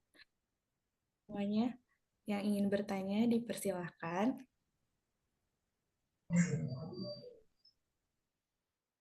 Assalamualaikum. Baik. Ya, Bapak. Saya Wagiman dari LKSA Dinasti Mau Cemerlang mau nanya ini. Boleh, Bu, silakan. lihat tadi masalah pembinaan, itu anak-anak itu kan kita karena LKS-nya adalah anak-anak. Anak-anak apabila ada sesuatu, itu kita tegur, itu dia iya. Tapi tetap aja besoknya lagi berulang lagi seperti mungkin langkah apa ya gitu loh. Apa cara kami menegurnya atau cara kami memberikan informasinya nggak sesuai di apa yang diminatin anak gitu loh Bu. Terima kasih. Terima kasih Pak. Maaf kalau boleh tanya, anak-anaknya umur berapa Pak? Iya MI dari kelas 1 sampai kelas 6 kan gitu loh. Oke. Nah, ini kita diskusi ya Pak, tapi ini dari yang saya pahami dan Ya. yang pengalaman juga. Kadang anak itu banyak curiosity-nya dan ingin tahu gitu. Jadi pertama dia lagi mempelajari yang namanya boundaries, kedua otonomi, dan yang ketiga ingin memahami dunia di sekitarnya itu seperti apa. Jadi seringkali sebuah larangan itu mereka penting untuk mengerti atau mengetahui mengapa hal itu bisa dilakukan atau tidak. Dan yang kedua, otonomi mereka itu sebetulnya tetap ada, tapi sampai batas yang mana. Sehingga mereka tetap bisa mempelajari yang namanya boundaries. Nah, ketika tiga ini diimplementasikan dalam pengalaman saya, itu cukup berhasil pada anak-anak, karena anak-anak akhirnya mempelajari bahwa ketika saya melakukan apa yang dilarang atau tidak melakukan apa yang diminta, apa konsekuensinya. Nah, mengapa saya harus melakukan ini? Biasanya anak-anak ketika dijelaskan, dia akan lebih mengerti dan justru akan tumbuh rasa otonomi di dalam dirinya, bahwa oh, saya tuh harus melakukan ini agar saya bisa melakukan A, B, C, atau agar saya bisa mendapatkan skill A, B, C. Dengan begitu akhirnya dia merasa bahwa yang dia lakukan itu adalah pilihan dari diri dia, gitu. Pilihan bahwa saya memilih untuk melakukan ini karena saya akan berkembang A, B, C. Dan saya lebih baik tidak melakukan ini karena saya tidak ingin ada konsekuensi misalnya X, Y, Z gitu ya. Contoh yang paling dasar gitu ya, contoh yang paling dasar biasanya di kehidupan sehari-hari yang pernah saya temui, misalnya seorang anak dapat jatah nonton cuma 20 menit. Lalu kita minta 20 menit ya, tapi setiap saya bilang 20 menit pasti lewat gitu ya. Tapi katalah dalam sehari dia sebetulnya punya jatah nonton 3 kali gitu ya. 3, tapi masing-masing cuma 20 menit dengan jeda sejam. Minimal sejam atau 2 jam. Jauh-jauh lah mestinya ya, kalau 3 kali atau 2 kali. Nah, apa yang bisa kita lakukan? Kita bilang misalnya, kalau dalam contoh penjelasan, nonton boleh 20 menit, karena lewat dari 20 menit itu akan mengganggu mata kamu dan cara kamu berpikir, akan mengganggu otak kamu. Jadi kita jelaskan, manusia itu mesinnya dari mana? Dari otak. Kalau otaknya terganggu, kira-kira manusianya akan terganggu atau tidak? Kalau ada komputer, mesinnya terganggu, komputernya terganggu enggak? Jadi kita jelaskan, supaya otak kita tidak terganggu, maka lebih baik maksimal 20 menit. Karena itu otak kita tidak akan overstimulasi. Mata kita juga akan lebih tidak lelah. Kalau ternyata melewati 20 menit, maka konsekuensinya apa? Bukan hukuman ya Bapak Ibu. Jadi kalau hukuman kan tadi memberikan sesuatu yang nggak enak ke anak. Dan kadang-kadang nggak berhubungan. Jadi misalnya nontonnya 20 menit, ternyata dia jadinya 60 menit gitu ya. Dicubit loh. Dia nggak ada, anak bingung. Apa hubungannya nonton sama cubit gitu ya. Nggak ada nih hubungannya. Dia nggak akan paham. Dan selama dia nggak akan paham, dia nggak akan bisa tahu kenapa dia harus melakukan itu. Tapi akan beda kalau misalnya karena kamu 20 menit tapi kamu lewat 10 menit jadi 30 menit, maka jatah nonton kamu selanjutnya kamu cuma dapat 10 menit ya. Jadi dia mendapatkan konsekuensi yang ada benang merahnya. Sama, karena kelebihan nonton, maka jatah nonton selanjutnya dikurangin. Jadi konsekuensi itu mengambil sesuatu yang relevan, yang dia suka, tapi atas dasar konsekuensi atas apa hal yang memang tidak sesuai kesepakatan. Dan dari situ dia jadi punya otonomi, Pak. Oh, berarti saya punya pilihan. Saya mau ngegas 40 menit, terus abis itu saya akhirnya dapat konsekuensi nggak boleh nonton lagi, konsekuensi mata saya lebih lelah, konsekuensi mungkin kepala otak saya kenapa-kenapa, atau saya punya pilihan 20 menit, tapi saya dapat lagi 20 menit di depan dan saya lebih sehat. Itu dia jadi punya otonomi atas dirinya sendiri. Gitu. Jadi itu yang mungkin dari pengalaman saya sih bisa membantu. Semoga menjawab ya Pak Wagi. Ya Bu ya, lebih baik konsekuensi ya daripada sanksi ya. Dari pengalaman saya begitu Pak, karena kalau dari konsekuensi dia akan bisa naker dirinya sendiri, dia akan bisa belajar dari situ. Gitu. Kayak ada pengalaman di sekolah anak saya, jadi ini sekolahnya anak saya gitu ya. Oke, kamu di istirahat ini adalah jatahnya makan, gitu ya. Terus anaknya nggak mau makan. Di istirahat selanjutnya tuh udah nggak ada jatah istirahat buat makan lagi. Terus anaknya nggak mau makan. Yang namanya konsekuensi itu kan berarti ya udah konsekuensinya kalau dia nggak makan, abis itu dia nggak dapat jatah istirahat makan kan. Jadi konsekuensinya apa dong Pak? Lapar. Ya udah jalanin aja laparnya. Tapi kita nggak hukum, kalau kamu nggak makan, kamu berdiri di depan. Dia nggak bingung, apa hubungannya gue nggak mau makan sama berdiri di depan. Gitu. Dia jadinya malah jadi berontak kan, besok gue nggak mau makan lagi nih, diem-diem gitu kan. Tapi kalau dia ngalamin bahwa, gue hari ini udah nggak makan, jadinya lapar deh seharian. Besok, dia akan mendingan makan walaupun dikit daripada kelaparan gitu Pak. Terima kasih informasinya. Terima kasih. Baik, terima kasih banyak untuk Kak Alema dan bagaimana untuk Pak Wagiman, apakah sudah terjawab? Sudah sekali bedanya antara konsekuensi dengan sanksi.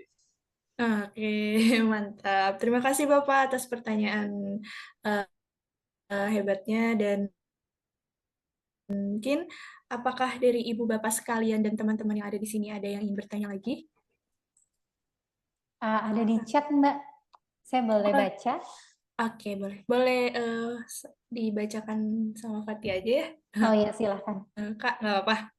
Oke, jadi untuk pertanyaannya itu dari Yayasan Raudatul Ilmi Al-Faza ya. Jadi mau izin bertanya, kami bekerja di dunia pendidikan anak-anak berkebutuhan khusus yang sudah mencapai usia dewasa. Nah, untuk pertanyaannya itu, bagaimana cara mengatasi anak yang tantrum ketika keinginannya itu tidak terpenuhi, katanya.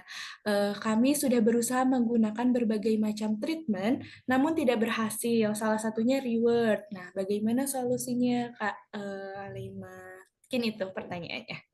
Baik, terima kasih Kak Fatia dan uh, Dari Yayasan yayasan. Raudatul Ilmi Al-Faza. Al-Faza. Baik, terima kasih pertanyaan ini. Pertanyaannya bagus sekali ya.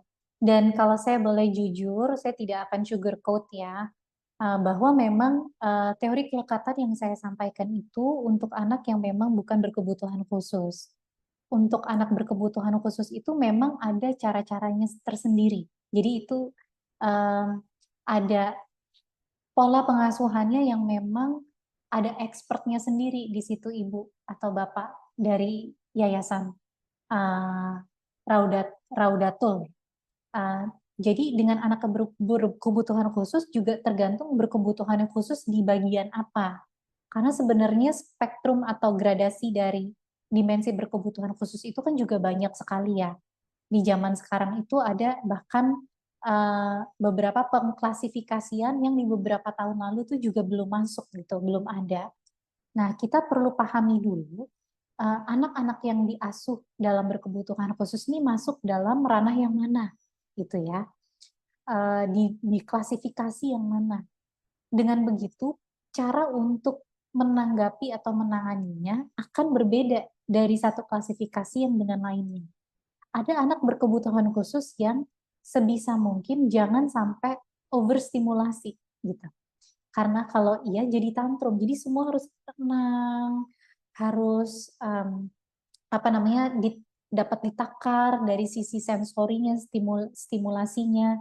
Tapi ada berkebutuhan khusus satu lagi yang justru butuh sekali distimulasi sensorinya.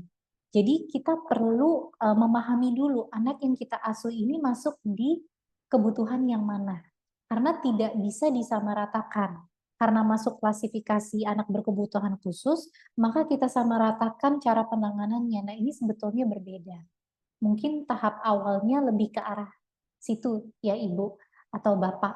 Jadi kita pahami dulu misalnya ada anak yang tantrum terus, kira-kira memang kebutuhan khususnya ini di dimensi yang mana atau di klasifikasi yang mana. Baru kita sesuaikan cara treatment kita sesuai dengan klasifikasinya. Terima kasih. Baik, terima kasih Kak Alima. Mungkin dari Yayasan Raudatul Ilmi, apakah sudah terjawab pertanyaannya? Sambil menunggu respon, mungkin dari Bapak Ibu sekalian dan teman-teman, adakah yang ingin bertanya lagi?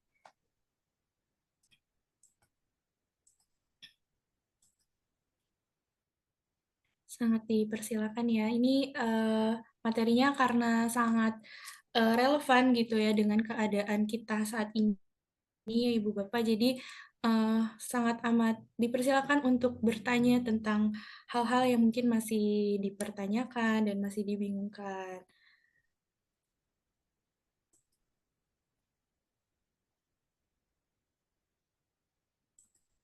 Oke, mungkin Ingin bertanya, Mbak. boleh. Silakan Eh, Bapak. Bismillahirrahmanirrahim. Assalamualaikum warahmatullahi wabarakatuh. Waalaikumsalam. Izinkan kami bertanya tentang permasalahan-permasalahan sosial yang ada di lapangan. Kerap sekali permasalahan ini dapat membuat anak atau bahkan keluarga juga ini menjadi down dengan adanya beberapa permasalahan ini. Permasalahan ini seperti ini, Mbak. Di salah satu daerah, anggaplah di salah satu desa, ada warga yang kurang mampu. Kemudian keluarga tersebut itu berkeinginan untuk melanjutkan anaknya untuk kuliah dengan sesuatu ekonomi yang pas-pasan dan lain sebagainya, sehingga ia bertekad untuk menyekolahkan anaknya dan melanjutkan perkuliahan. Nah, sedangkan di saat ia sudah kuliah, ada bahasa dari tetangga, bahkan dari saudara sendiri menyampaikan, buat apa kuliah? Toh ujung-ujungnya nanti jadi rumah tangga juga. Gitu.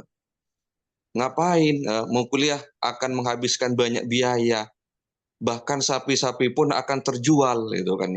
Nah, dari permasalahan seperti ini, dari bahasa-bahasa seperti ini yang disampaikan oleh tetangga, bahkan dari saudaranya sendiri, bagaimana cara kita merespon, bahkan memberikan sebuah wejangan pembinaan kepada keluarga yang mendapatkan statement-statement seperti itu.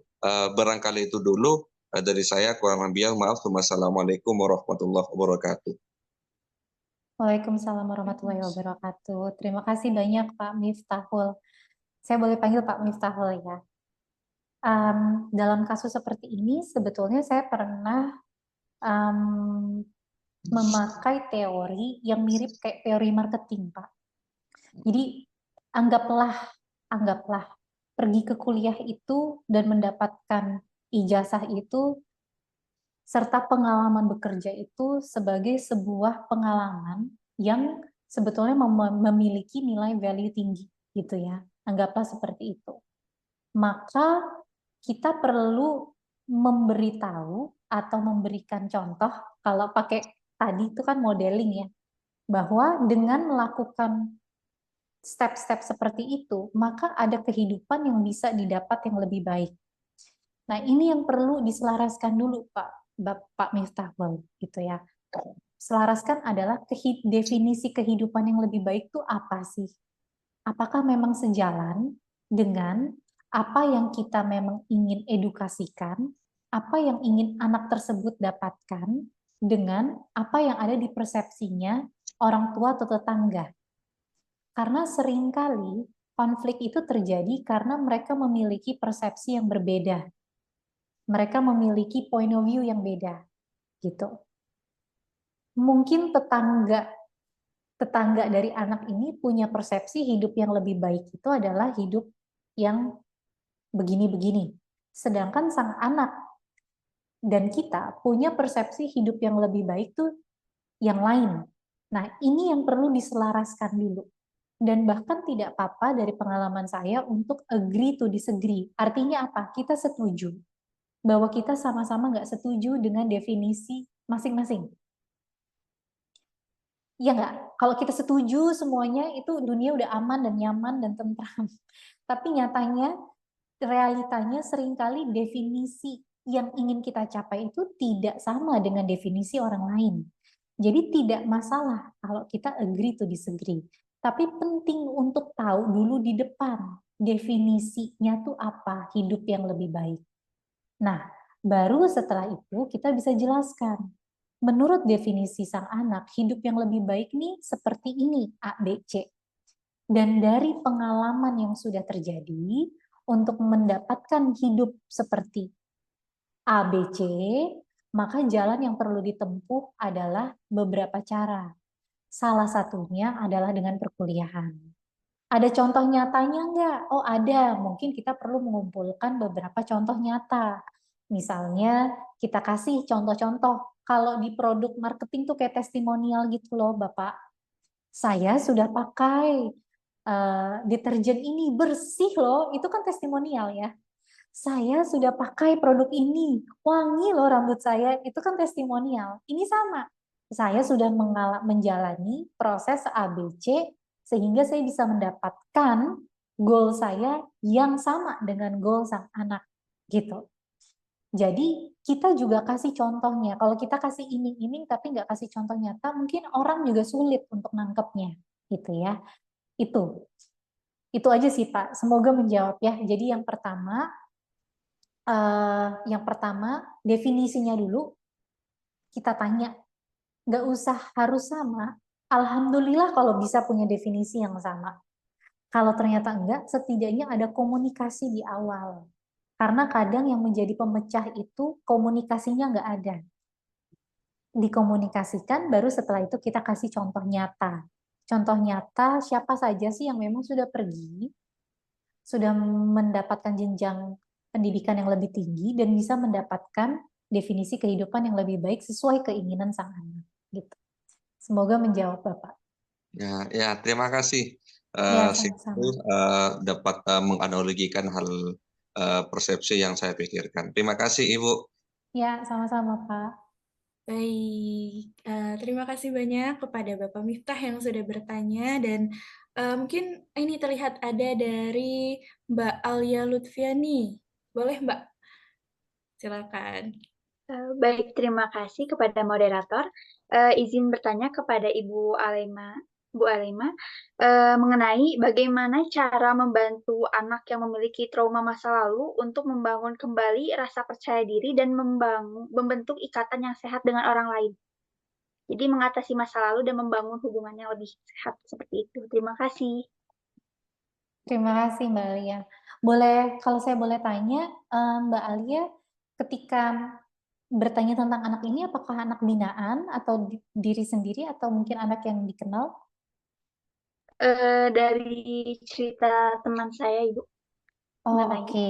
ya. Oke. Apakah ada akses ke profesional anak ini? Tidak ada, Ibu. Tidak ada ya? Tidak ada. Tidak ada, boleh tanya definisi tidak ada, apakah karena tidak ada biaya atau di sekelilingnya nggak ada profesional atau bagaimana? Dikarenakan tidak ada yang membantu, maksudnya membantu kayak yang profesional gitu, Bu. Oke. Ketika berhubungan dengan trauma masa lalu, dari pengalaman saya, mau tidak mau memang harus diproses dengan tenaga profesional. Karena definisi trauma di sini adalah bagaimana diri kita menghadapi apa kejadian-kejadian dalam hidup kita yang belum bisa kita proses atau kita pahami. Sehingga kita tidak dalam tahap resolve atau resolusi. Nah, banyak beberapa orang yang akhirnya terjebak dalam this unresolved issue karena kebetulan dia curhat dengan orang tapi dia tidak dapat penanganan yang profesional. Jadi kalau ditanya, yang pertama sebisa mungkin diproses, bisa ada dua pilihan, ke tenaga profesional, karena sekarang kan misalnya ada ya Halodoc atau Calm atau beberapa layanan psikologis online lainnya yang sangat memudahkan kita. Atau yang kedua, mempelajari teknik self-healing atau teknik-teknik yang bisa memproses trauma di dalam diri kita. Pada intinya, trauma itu perlu untuk diproses secara pribadi, baik melalui teknik self-healing atau dengan tenaga profesional yang memang ada. Gitu. Baru yang kedua, setelah traumanya diproses, maka kita bisa yang namanya reprogram. Saya pakai bahasanya reprogramnya, tapi kalau di otak tuh namanya neuroplasticity. Jadi bagaimana kita membangun kembali, membangun hubungan yang aman, meski sudah dewasa ini dengan cara-cara yang kita pelajari lagi dari awal. Jadi kalau waktu kita kecil kita nggak biasa mengungkapkan perasaan kita nggak bisa ngerasain emosi kita sulit untuk berkomunikasi. Maka idealnya setelah memproses trauma tersebut, kita coba belajar untuk merasakan emosi kita. Kita coba belajar untuk membangun komunikasi gitu. Lebih ke arah itu. Jadi 2 step itu kesannya 2, tapi 2 itu ya langkah besar dalam hidup. Baik, bagaimana Mbak Alia? Apakah sudah terjawab? Baik, terima kasih sudah terjawab. Baik, terima kasih Mbak Alia dan Mbak Alimah. Di sini ada dari Yayasan Al-Kahfi Bekasi. Boleh mungkin untuk memberikan pertanyaannya, dipersilakan. Di sini saya mau bertanya, jadi kan kita kan sebenarnya misalnya Kafi ini anak-anaknya itu anak luar panti ya, jadi anak-anak itu kita ada kegiatan rutin aja setiap harinya, jadi anak-anak tetap tinggal sama orang tua tuanya. Cuman kita banyak menemukan kasus di mana anak-anak itu ya orang tuanya itu sebenarnya tidak meninggal dunia, bukan yatim piatu, tapi orang tuanya itu meninggalkan anaknya. Jadi akhirnya si anak ini entah diasuh tante, apa bude atau omnya atau mungkin sama neneknya. Nah, akhirnya kan sebenarnya secara attachment-nya kan pasti akhirnya kurang ya. Nah, akhirnya gimana kita sebagai fasilitator yang sifatnya memang tidak bisa yang benar-benar selalu hadir karena kan memang anak-anak tidak nginep ya. Paling rutin aja anak-anak datang ke yayasan tuh. Akhirnya saya tuh sebagai fasilitator tuh bisa membantu dengan apa supaya anak-anak setidaknya ya ada terbantu lah, ada muncul rasa aman sedikit gitu, kayak mengurangi rasa tidak amannya karena kan tadi ditinggalkan orang tuanya. Bahkan mungkin mereka tahu itu anak orang tuanya meninggalkan mereka atau kayak gitu. Baik, terima kasih. Oke, terima kasih Mbak. Baik, dalam kondisi tersebut memang sejujurnya itu bukan kondisi yang ideal dan mau nggak mau, ya kita harus melakukan yang terbaik dari situasi yang nggak baik gitu ya, bisa dibilang seperti itu. Mungkin yang kita lakukan seperti yang di presentasi tadi. Kita mungkin nggak bisa berbuat banyak, tapi kita bisa ada 2 hal. Yang pertama, kitanya yang modeling untuk memberikan kelekatan yang aman terhadap anak. Jadi tadi anak butuh apa waktu kita ada di situ, kita dengarkan dengan seutuhnya, kita berikan kebutuhan atau kedekatan emosi yang mungkin anak butuhkan saat itu. Ketika anak mengekspresikan dirinya, kita mau mendengarkan dengan atentif, kita spend quality time, tadi ya mungkin kurang lebih 20 menit terhadap anak bisa mengungkapkan kebutuhannya, keinginannya, dan lain-lain. Jadi kitanya yang modeling ke anak. Lalu yang kedua, kita mengajar, memberitahu kepada orang-orang yang mengasuh sang anak, dan kita juga modeling ke orang tua tersebut. Jadi sebisa mungkin kita melakukan apa yang memang bisa kita lakukan, tapi memang dari awal kita sudah mengetahui kondisinya tidak ideal. It's okay. Oke, baik. Terima kasih atas jawabannya. Kalau saya boleh tambahkan dikit, jadi saya juga pernah share kepada yayasan panti asuhan, dan sudah pasti anak-anak itu banyak yang tidak mendapatkan kelekatan aman dari orang tuanya ya, karena apakah meninggal atau memang ditinggal gitu. Tapi sang pengasuh di panti asuhan tersebut bisa memberikan modeling kelekatan aman tersebut. Jadi memang tidak ideal orang tuanya, tapi setidaknya orang yang mengasuh sang anak itu juga memberikan rasa aman. Dan kalau saya boleh sharing, saya juga pernah ketemu nggak cuma satu klien ya, beberapa klien yang justru mendapatkan insecure attachment-nya dari pengasuh babysitternya. Jadi orang tuanya ketika datang dari kantor, itu dia hadir penuh. Jadi nggak bawa kerjaan, nggak mikirin yang lain, dan lain-lain. Tapi sang anak dapat insecurity-nya dari pengasuh babysitternya. Nah, jadi di situ kita juga bisa melihat bahwa kadang-kadang kita, kalau kita lihat kebalikannya, kita memang bukan orang tuanya, tapi kalau kita ada di sana dan memberikan rasa aman kepada anak, itu juga bisa berdampak positif terhadap anak, gitu. Oke, terima kasih. Ya, Baik, terima kasih kepada Ibu dari Yayasan Al-Kahfi yang sudah memberikan pertanyaan bagusnya gitu ya. Apakah sudah cukup untuk terjawab? Ya, sudah cukup. Terima kasih. Oke, alhamdulillah. Baik, di sini Kak Alaima ada banyak nih pertanyaan muncul di kolom komentar. Wah, setelah dipancing ya, ternyata banyak sekali audiens yang tertarik untuk bertanya nih. Mungkin Fatia izin untuk membacakan dari Ibu Yulianti Andari Fahidariah dulu ya. Nah, jadi Di sini pertanyaannya adalah, saya, ibu 3 anak, mau bertanya, bagaimana menyembuhkan luka pengasuhan kepada anak dan memberikan kedisiplinan kepada anak jika sudah besar? Sangat sulit, katanya. Bagaimana pendekatan dan kelekatan kita sebagai orang tua, sementara anak-anaknya itu sudah besar, kadang sulit terbuka juga sama orang tua, katanya gitu. Terima kasih. Mungkin itu, Mbak. Baik, Pertanyaannya. baik Ibu Yulianti, mungkin jawaban saya agak klise, tapi memang ini hal yang langkah besar yang bisa dilakukan. Yang pertama adalah kita coba komunikasi dengan anak, bahwa kita pertama biasanya kalau dari pengalaman saya ya Ibu, kalau kita sebagai orang tua, bahkan saya sendiri gitu ya, memberikan pengasuhan yang anaknya, kita merasa anaknya sebenarnya terluka nih karena apa yang saya lakukan. Itu biasanya karena kita juga perlu memproses hal-hal dari dalam diri kita. Jadi seringkali kita juga perlu yang namanya istilahnya reparenting.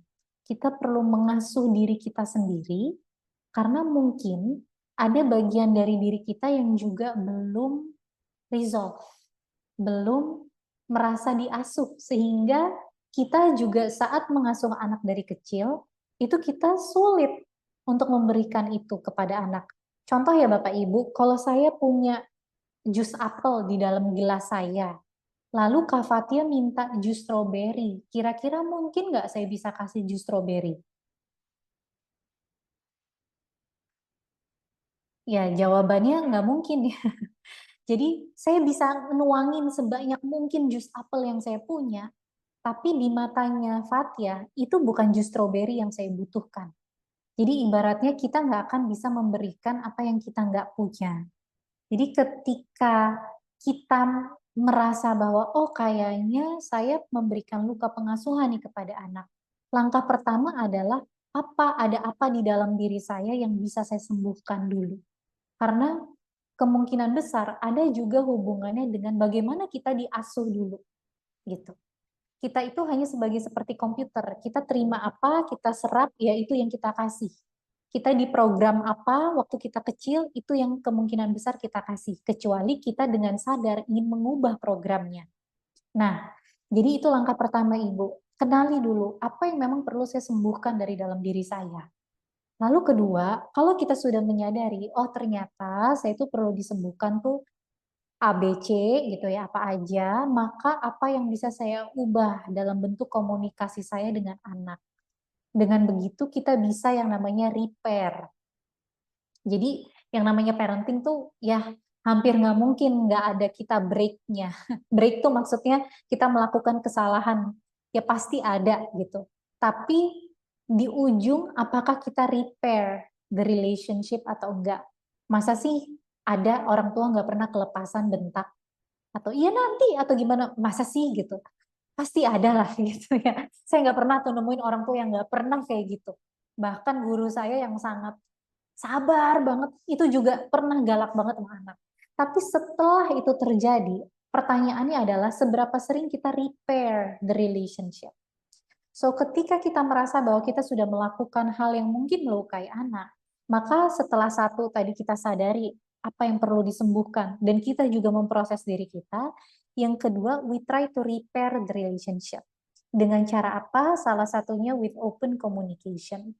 Kita bisa sampaikan bahwa hey, I'm sorry, selama kamu tumbuh aku melakukan A, B, C. Tapi saya sebagai orang tua sudah memproses diri saya dan saya menyadari DEF. Dengan begitu bisa nggak kita mulai lagi relationship kita dengan komunikasi yang lebih baik. Apa sih yang kamu rasakan saat tumbuh sama saya? Nah, ini udah mulai titik krusialnya. Ketika kita tanya, apa sih yang kamu rasakan waktu kamu tumbuh sama saya sebagai orang tua? Mulai modeling kelekatan aman.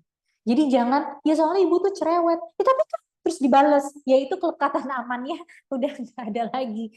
Jadi waktu ketika orang tuanya nanya, lalu sang anak sampaikan, saya tuh nggak senengnya begini, saya ngerasanya tuh begitu. Kita dengarkan dengan aktif. Oh gitu. Oke, I hear you. Saya tahu mengapa ini mungkin sulit buat kamu.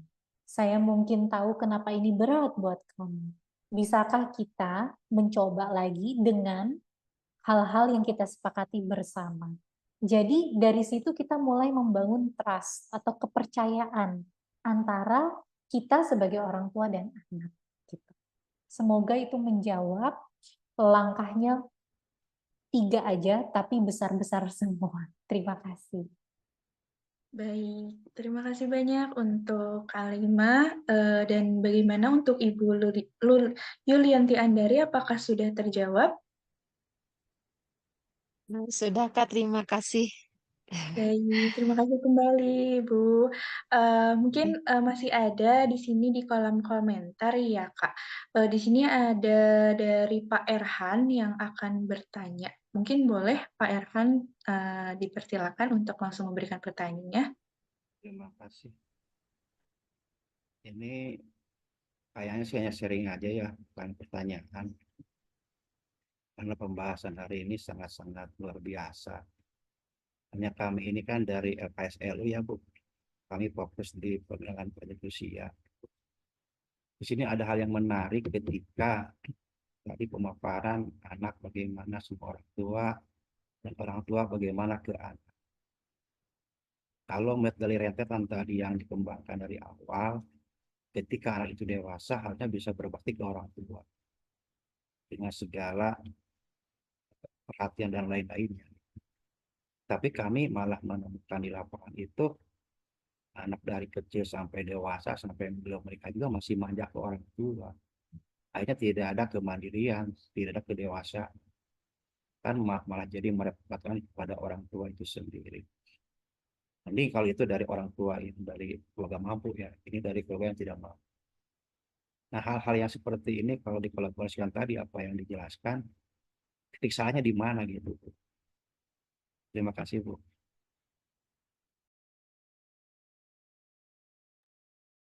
Baik, Pak. Jadi itu pertanyaannya, loophole-nya di mana? Betul Bu, betul. Karena kan Ya, idealnya kalau orang tua udah maksimal ke anak dari kecil, begitu dia dewasa, dia kan berbakti. Mengingat perjalanan dari masa kecil sampai dia dewasa. Kalau ini kan kebalikannya, masih manja terus sampai dia menikah pun masih manja. baik, Pak. Terima kasih. Kalau boleh jujur, saya menemukan kasus seperti ini itu sangat beragam ya, Pak. Beragam tuh maksudnya gini, root cause atau penyebabnya itu nggak bisa digeneralisir, atau alasan kenapa seorang anak komunikasinya juga kurang baik ke orang tua, itu juga setiap kasus berbeda-beda, ada hubungannya sama attachment, ada hubungannya dengan cara atau pola pengasuhan atau komunikasi. Tapi mungkin kalau bisa lihat benang merahnya itu saya bisa lihat begini Pak. Terkadang love language orang tua atau bahasa cinta orang tua dengan bahasa cinta anak itu kadang tidak seirama. Jadi orang tua merasa memberikan segalanya untuk anak melalui bahasa cinta yang ia tahu. Tapi anak membutuhkan bahasa cinta yang ia butuhkan yang mungkin tidak seirama.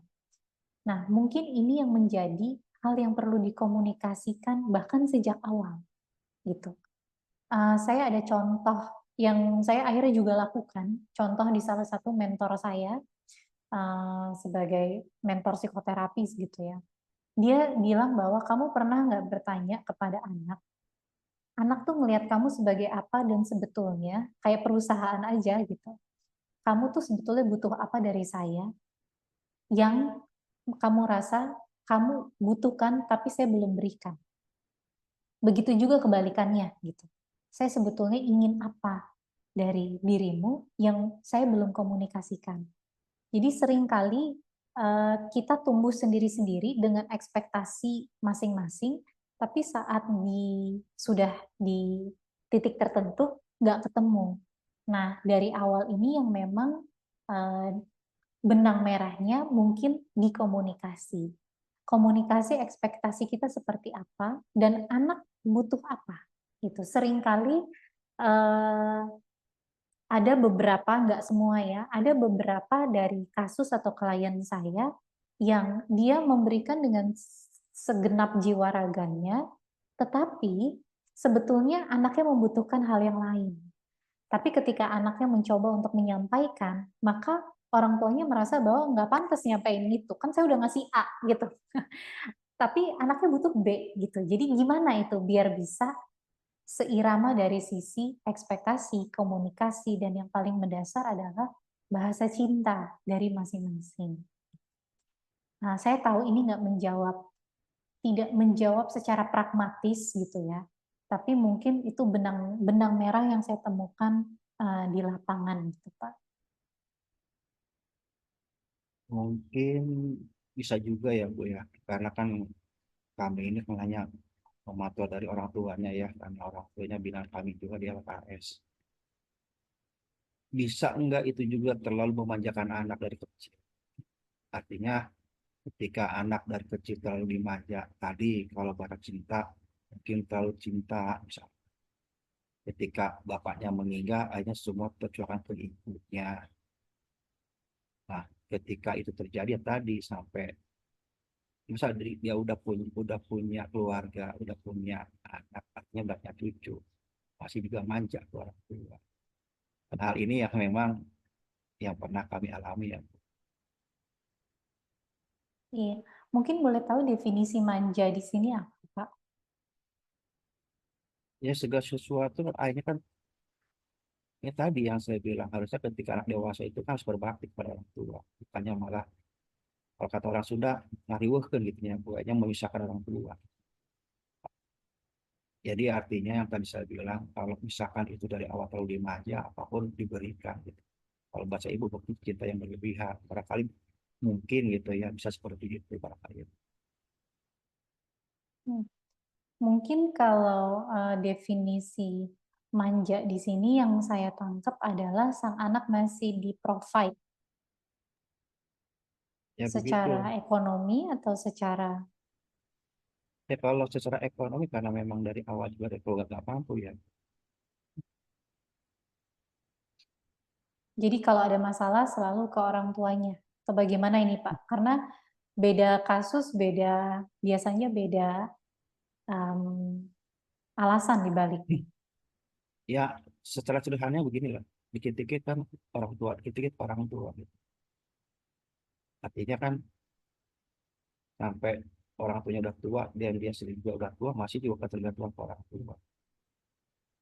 Nah tadi pertanyaan saya itu begini. Artinya kan kalau kita dari kecil dididik orang tua yang tadi dengan tahapan-tahapan kan seharusnya ketika dia dewasa udah bisa berbakti. Kalau ini malah terbalik, masih terus tergantung pada orang tua. Jadi kami ini dari perspektif kami dari lansia yang bukan dari anaknya ya. Hanya si orang tua ini kan merasa sampai lanjut usia sampai tua pun masih didapatkan sama anak juga gitu. Walaupun anaknya juga udah punya anak lagi. Baik, mungkin yang saya tanggapi lebih ke arah ini ya Pak. Kalau dalam pengasuhan itu kan ada istilahnya namanya positive discipline, yang sebetulnya itu memberikan boundaries juga kepada anak. Jadi kapan sang orang tua bisa membantu, kapan sang orang tua membiarkan anak untuk menghadapi masalahnya atau tantangannya. Nah, idealnya memang dari kecil, tapi ketika sudah terlanjur saat dewasa, bukan berarti ini tidak bisa diterapkan kepada anak-anak saat dewasa. Jadi bisa kita mulai mungkin berikan pemahaman bahwa setiap orang itu memang perlu boundaries dari sekelilingnya gitu, boundaries bahwa sampai di tahap mana saya punya batasan untuk membantu orang atau membantu keluarga saya gitu. Nah, tapi perlu dilihat juga biasanya kalau kita atau seseorang punya boundaries yang rendah gitu ya, perlu dilihat juga apa motivasinya sehingga ia membiarkan boundaries-nya itu rendah. Jadi kadang-kadang dinamika relasi itu juga dari dua belah pihak. Sebagai dia yang boundaries-nya selalu dilewati atau dilangkahi, Itu apa penyebab dibaliknya sehingga dia membiarkan itu terjadi. Itu juga perlu dicari tahu.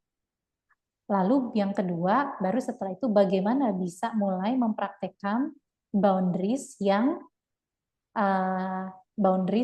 sehat antara dirinya dengan sekelilingnya, termasuk dengan anak atau keluarganya. Gitu, Pak. Baik Bu, terima kasih. Ini juga pengalaman juga ya. Artinya buat kami di KSLU, jika kami ada hubungan temuan seperti ini, karena kami juga kan pada akhirnya juga harus mempelajari bagaimana dari sisi anaknya gitu. Karena kalau kami selama ini kan dari sisi orang tua, dari sisi lanjut usianya. Gitu. Artinya tadi kalau misalkan informasi ini ada informasi tadi kalau kata Ibu orang tuanya ke timur, anaknya ke barat kan gitu ya secara sederhana. Artinya kan ini bisa diinformasikan supaya ketemu dua arah. Artinya komunikasi di sini yang paling penting. Bagaimana komunikasi orang tua dengan anak. Sehingga ketika anak itu dewasa dan masih manja, itu kan ada batas yang bisa disampaikan. Terima kasih Bu. Sekali udah bisa nangkap nih dari ini, kami juga bisa dikasihkan dengan teman-teman kami di KSLU. Terima kasih Bu informasinya Ibu. Terima kasih, Pak. Baik, alhamdulillah. Terima kasih banyak kepada Pak Erhan dan Kak Alaima yang sudah menjawab pertanyaannya ya. Sangat rinci sekali gitu ya untuk jawabannya. Semoga bisa menjawab dari pertanyaan Pak Erhan. Dan mungkin di sini ada 2 pertanyaan lagi nih Kak. Masih dilanjutkan saja atau bagaimana? Mungkin kalau boleh satu lagi, Kak, karena jam Oh, 3 aku ada meeting, ada oke. rapat, apa keberatan? Oh iya, oke. Boleh, boleh. Mungkin tadi kepada Ibu Marwanti yang sudah raise hand, boleh untuk dipersilakan untuk Terima kasih Mbak ya, Fatia. Suara Ibu terdengar? Ya. terdengar Terdengar, Ibu. Ibu. Selamat siang Kak Alaima. Ya. Terima kasih loh, Ibu, jangan dipanggil Kak. Saya lebih muda dari Ibu, Ibu, jauh nih ya pasti. nggak apa-apa lah di sini. Oke, Kak Alaima, Ibu ini kan kebetulan seorang pengajar, dosen gitu. Seringkali Ibu punya mahasiswa yang Ibu anggap dia seperti saya harus mendidik seperti saya mendidik kepada anak-anak saya. Nah, persoalannya banyak mahasiswa yang anak-anak didik saya itu ada yang care dengan dosennya, ada yang cuek, sudah dipanggil berkali-kali tidak pernah hadir. Perkuliahan itu harusnya dalam 1 semester tuh dia maksimal tidak boleh hadir 3 kali, dia bisa lebih dari 7 kali, 8 kali dan sebagainya.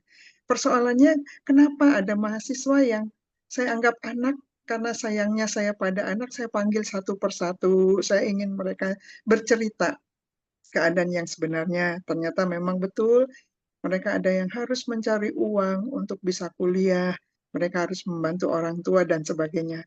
Tapi ada satu anak yang memang sulit sekali didekati. Enggak, di telepon tidak diangkat, di WA tidak dibalas dan sebagainya. Itu kenapa ya, Kak Alaima? Apakah ada yang salah dengan Ibu? Kenapa Ibu tetap rasanya ada satu mahasiswa yang tidak menyukai Ibu, padahal Ibu sayangnya sekali kepada mahasiswa itu. Bagaimana Kak Alaima? Baik, Terima Ibu, kasih. terima kasih Ya, atas pertanyaannya. Aduh, jadi terharu dengernya loh, Ibu, ini. Karena jarang sekali ada dosen sayang banget sama mahasiswanya. Tapi Ibu, saya mohon maaf sebelumnya, ada kabar yang kurang menyenangkan, yaitu kita tidak bisa mengubah seseorang, Ibu. Jadi kita tidak pernah oh, tahu apa yang dihadapi oleh mahasiswa tersebut. Jujur karena saya iya, tidak kenal juga tidak tahu. Tapi iya, itu adalah pilihan dari sang mahasiswa tersebut, Ibu. Pada intinya kita sudah melakukan yang terbaik yang kita bisa. Jika sang mahasiswa merasa bahwa memang tidak ingin menanggapi karena satu dan lain hal, yang mungkin juga terkait dengan dirinya sendiri atau kehidupan pribadinya, mungkin sudah tidak ada ranah yang bisa kita usahakan lagi gitu. Yang bisa kita lakukan mungkin adalah sampai di tahap menerima ketika sang mahasiswa tersebut memang sudah ingin berkomunikasi dengan kita. Tetapi seseorang kalau tidak mau sama kita atau tidak ingin membuka diri, mungkin karena apa yang Iya. terjadi di masa lalunya atau apa yang terjadi pada kehidupannya, maka kita juga tidak bisa memaksakan hal tersebut, Ibu. Jadi mungkin ada dari Iya. sisi kita yang lebih baik diikhlaskan saja. Iya. Yang penting kita sudah melakukan segala tanggung jawab kita dengan peran yang kita emban. Ya, baik. Terima kasih Kak Elema. Sama-sama, Ibu. Silakan. Baik, terima kasih kepada Ibu Marwanti yang telah memberikan pertanyaannya, dan sebenarnya ini sangat amat bagus ya Kak Alema, karena Fatia sendiri sebagai mahasiswa jadi semakin termotivasi gitu untuk senantiasa agar selalu ibaratnya memberikan yang memang terbaik untuk diri kita sendiri sebagai mahasiswa dan juga kepada dosen kita yang telah memberikan banyak sekali ilmu gitu ya kepada kita, yang harusnya kita juga harus memberikan kasih sayang yang demikian juga. Nah, alhamdulillah ya Bapak Ibu sekalian dan juga teman-teman, waktu sudah menunjukkan akhirnya pertemuan kita pada hari ini. Oleh karena itu, saya selaku moderator sangat amat mengucapkan terima kasih banyak kepada Kak Alaima Syaruna yang sudah memberikan materinya yang sungguh luar biasa, ya, dan responsif juga dari Bapak Ibu dan teman-teman sekalian yang telah bertanya. Mungkin bagi yang belum berkesempatan, boleh dihubungi dari Kak Alaima sendiri, apakah ada Instagram dan lain sebagainya mungkin ya, karena kemarin saya udah ngepoin dikit dan udah nge-follow. Nah, boleh Ibu Bapak langsung menghubungi ke kontaknya Kak Alaima, tadi juga di CV sudah dibacakan ya kontaknya gitu.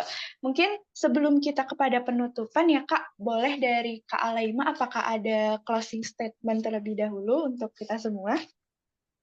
Nggak banyak sih Kak, dan mungkin Bapak Ibu di sini dengan pengalaman yang juga jauh lebih lama daripada saya dari sisi kehidupan maupun juga kegiatan sosial Kak Fatia.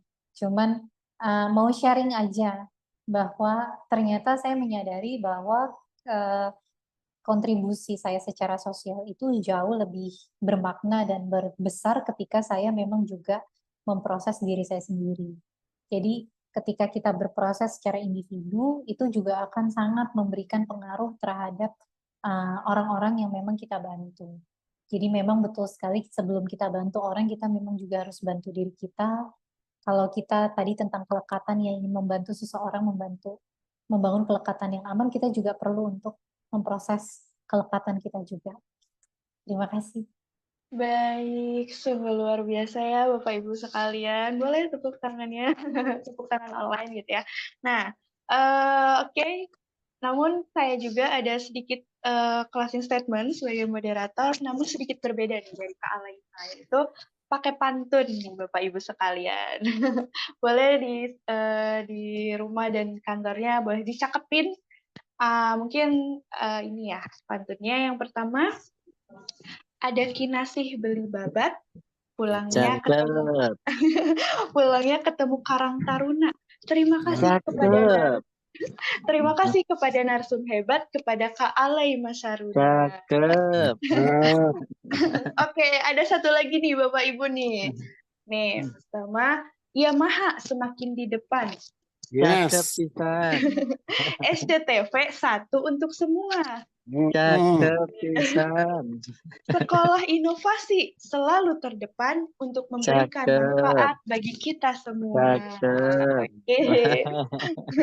Oke, Bapak Ibu sekalian, mungkin penutup dari saya selaku moderator mengucapkan terima kasih kembali kepada Kak Alaima Syaruna yang telah memberikan materi yang sangat baik, kemudian bagus dan luar biasa untuk kita semua.